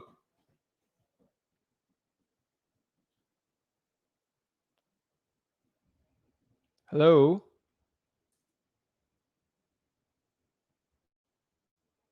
Is it just me? Hold on. Maybe I'm not. Maybe your network's not popping up right. Hello. Yeah, it's working. All right. You're losing weight. What weight class did you wrestle? Would you wrestle again if you had a high school over? Okay, so just trying to cut on some fat right now. I'll keep the muscle going. So it's it's just a cut. So you keep the strength and you lose the fat to get abs. So working on that. So healthy diet. So working on that. But yeah, I wrestle at 170 pounds. But I'm not trying to like cut water weight or anything. It's just fat. So I'm kind of close to that right now still. But I got like way more muscle. Like my bench is like 30, 40 pounds more than it was when I was 170 pounds last time. It's just I gained the muscle and cut the fat off. So I don't know. That's my spiel about that. Let's see. 500 texts for $1. How does that work? You just click the link and boom, that's it. Man, most of the loss in a day was 10 pounds. Oh my gosh. Hey, are you working? Hello? Yeah, somehow I keep joining and the audio is not working. So if you want to, hello, let me see if I can edit your mic settings. Hello. All right, man, everything's not working. So, all right. But yeah, 10 pounds for water weight. No, I'm cutting the fat off. Oh my gosh. I did a title search and said there was 58,000 open-end mortgage. Jeez. What does this mean? Oh, a $58,000 open-end mortgage. So it could mean a lot of things. I'm trying to get, it's not a HELOC. I'm trying to think of the exact definition. Yeah, that's what I thought. Okay. So it's not in total. So it's not a HELOC. I looked at, I'm not an expert on open-end mortgages, but I know HELOCs pretty well. This is when they add additional debt on top of the existing mortgage. That's what it says here. So that's kind of what that means. So it's not a HELOC. They just added more debt from the bank, which allowed them to do it for some reason. I don't deal with those at all, but that's what it means. Jose, I'm interested. Danny sounds like he have a HELOC loan. He also has a judgment for 28 grand. Oh my gosh. Yeah, there's a lot of debt. That means he'll potentially be a very motivated seller. So this is a great deal. Christopher says, is it even worth dealing with a reverse mortgage? I think I answered this, but it's not. I've tried these all and they're all messes. So I probably wouldn't. I'm just going to be honest. Reverse mortgages are very tough. So I would probably stay away from it. That's my opinion. See here. Thank you for all your time. I appreciate it. Thank you for the support you've been getting at the channel. But yeah, guys, I really appreciate it. So it means a lot for me. And we get, let's see. Yeah, man, I appreciate it. It means a lot. So let's see any more questions. Let's see. Alex wants to know if I can comp a property. We're about to head out soon, so I probably can't. Give me the same question Thursday. I'll comp it for you. But the house can only go for 58 debt plus 20. Yeah, I mean, subject to or a short sale. It's probably looking more like a short sale to me. Wow. Last question says, Tila asked if the nearest and best comp was in 2018. Do you add appreciation? If so, I'll add appreciation, but I mean, it's for a tough property. So I'd probably add some appreciation, but it'd be a very rough number. I'll just try to get locked up for the lowest price and bid it up for the most. That's my opinion on it. That's probably what I would recommend for me, Tila. It's always a tough one, though. Trust me. The appreciation makes the comps kind of, it's not a good comp, though. If it's not like there, it's not comparable. You're just going to have to do your best guesstimate on there if there's no other comps. Cash flow comps are really nice, too. That's when you look at how much it'll rent for right now and then divide that by 1% of the monthly rent. So if it's $1,000 a month, divide that by 1%, get $100K. So that's probably what I'd recommend there. So appreciate it, guys. It means the world to me that you guys give just your support on this channel. I mean, I usually do 1 hour lives. I know gurus do like 2 hour lives. I've done 5 hour live. I think my record's 5.5 hours, but no, 6 hours. I don't know. I think it was 5 hours, but this is going to be a 3 hour live, which is woo. It's a little bit longer on the longer side, but overall, I think it was worth it. I did promise the world that if you wanted to hop on, I will promise at the end of this video that I would say exactly what I do if I was in your shoes, in your wholesaling business. And I literally gave the link and I said, whoever wants to hop on there as much as you want, all the questions you want, I will not stop until I answer every question for you and I give you the most value possible for free. I don't want your stinking money. I just want to help you guys out. I wish someone did this for me when I was starting out. We need more people in here that will give value, not expect any money, not expect to sell you on anything, just for free. That's what I want to do here. So guys, I appreciate the support. Remember, smash that like button and subscribe to this channel. It means a lot to